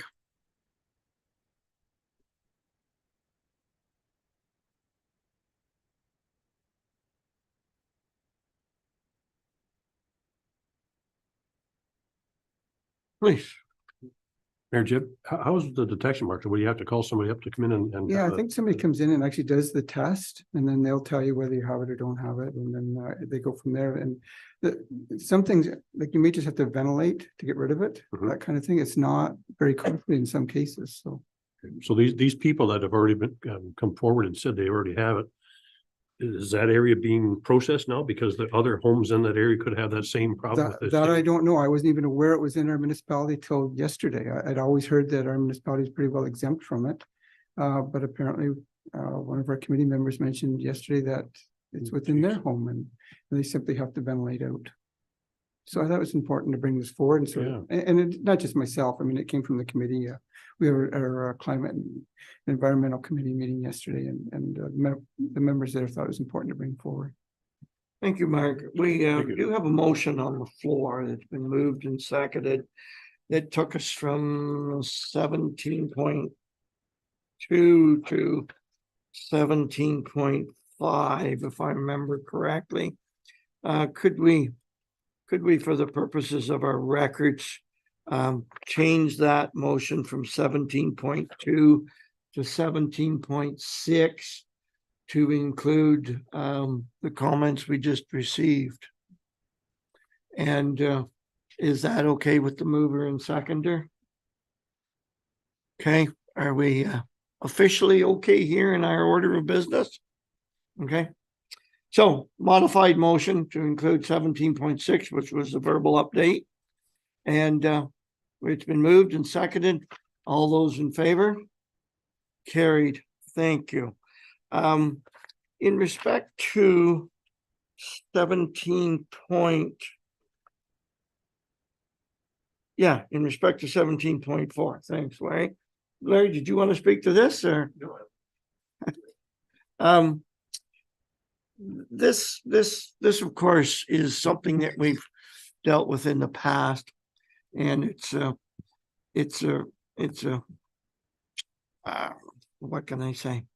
It's something that I know that there are members in this room. There are people present in this room that have already reacted to this on a personal level.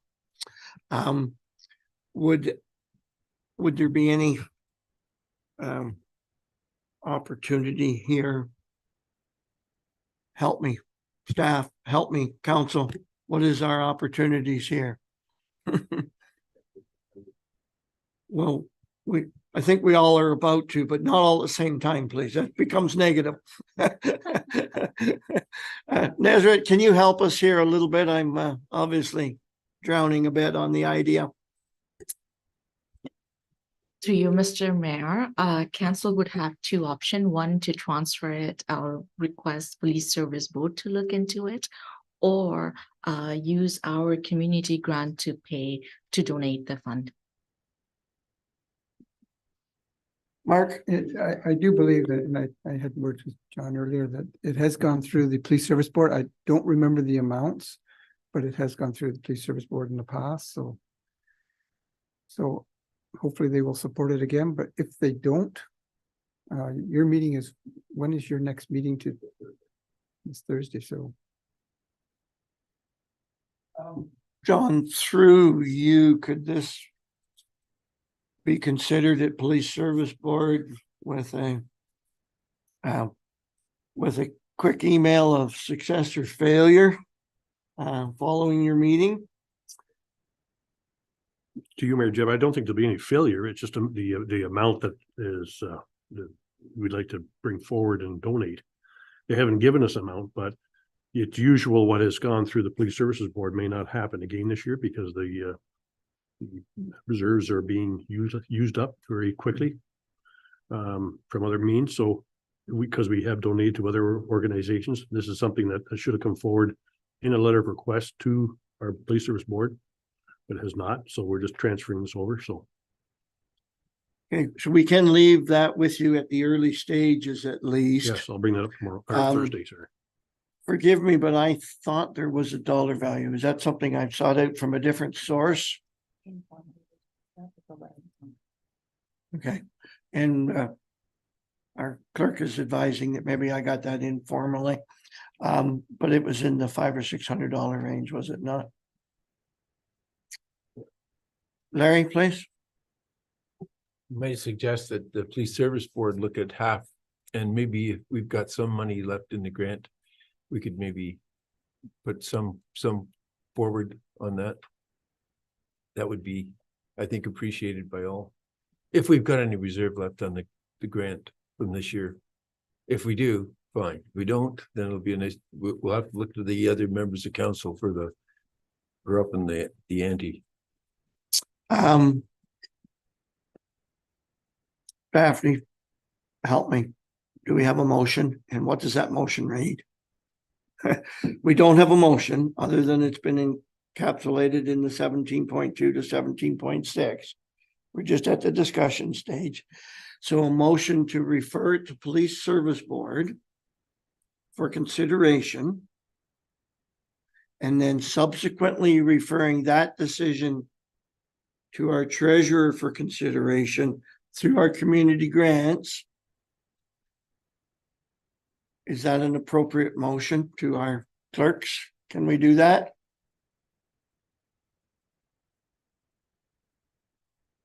And I see a lot of typing going on over here, so I think we're going to get a motion read back to us.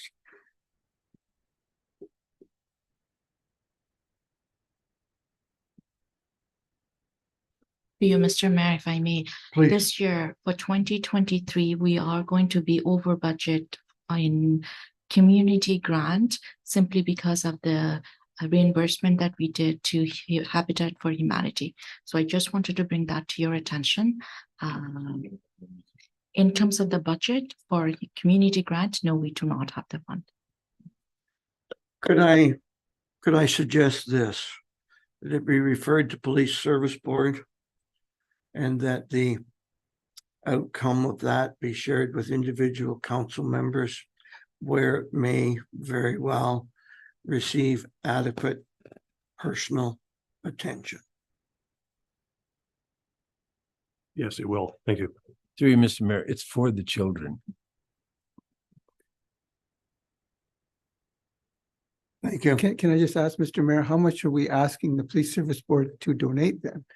Because there's no number on this letter. So is it $500? Is it $300? Is it? And from this offhandish communication, I seem to have got it to be $600 originally. So we'll we'll put the ask of $600 to police service and see what the result of that is.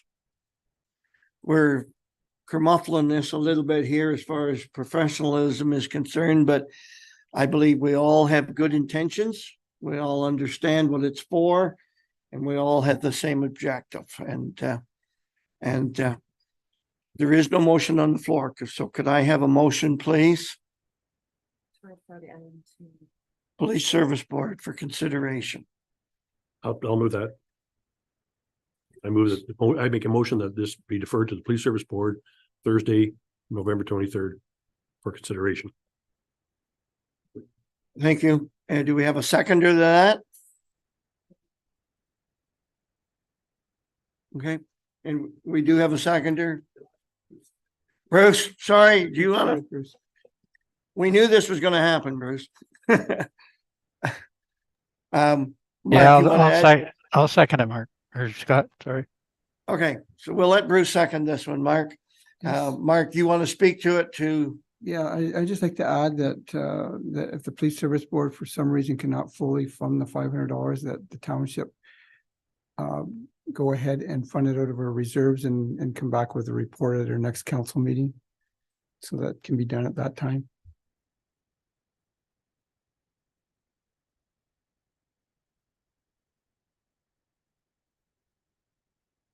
Is the mover and seconder okay with that modification? Okay with me. Okay, John, you were mover. Okay. Guess we're going to call that a friendly amendment. Any further discussion? All those in favor of the motion? Carried. Thank you.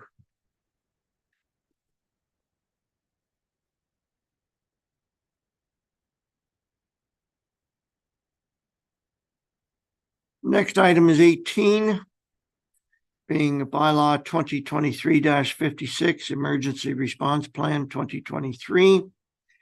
Bylaw, or the motion reads that bylaw 2023-56, being a bylaw to approve the township's emergency response plan 2023, be given a first, second, and third and reading and finally passed this 21st day of November 2023. Mover, please. Moved by Larry, seconded by John. Questions or comments? All those in favor? Carried. Thank you.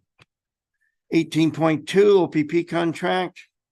Motion reads that bylaw 2023-63, being a bylaw to execute an amending agreement with the Solicitor General for the provision of police services, be given a first, second, and third reading and finally passed this 21st day of November 2023. Can I have a mover, please? Moved by John, seconded by Mark. Questions or comments? All those in favor? Carried. Thank you. 18.3 GRCA Memorandum of Understanding. Motion reads that bylaw 2023-66, being a bylaw to execute a memorandum of understanding with the GRCA for programs and services, be given first, second, and third reading and finally passed this 21st day of November 2023. I have a motion, please. Larry? Mark? Any questions or comments? All those in favor? Carried. Thank you. No notice of motions. Is there any media online or anything with us today? Seeing none.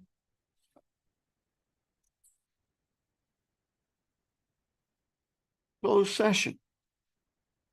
Motion to move to a closed session to discuss matters permitted under the Municipal Act, Section 239 2B, personnel matters about an identifiable individual, and 239 2C, a proposed or pending acquisition or disposition of land by the municipality or local board.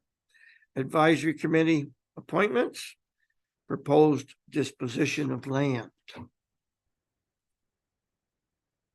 I have a mover, please. Moved by Larry, seconded by John. All those in favor? Carried. Thank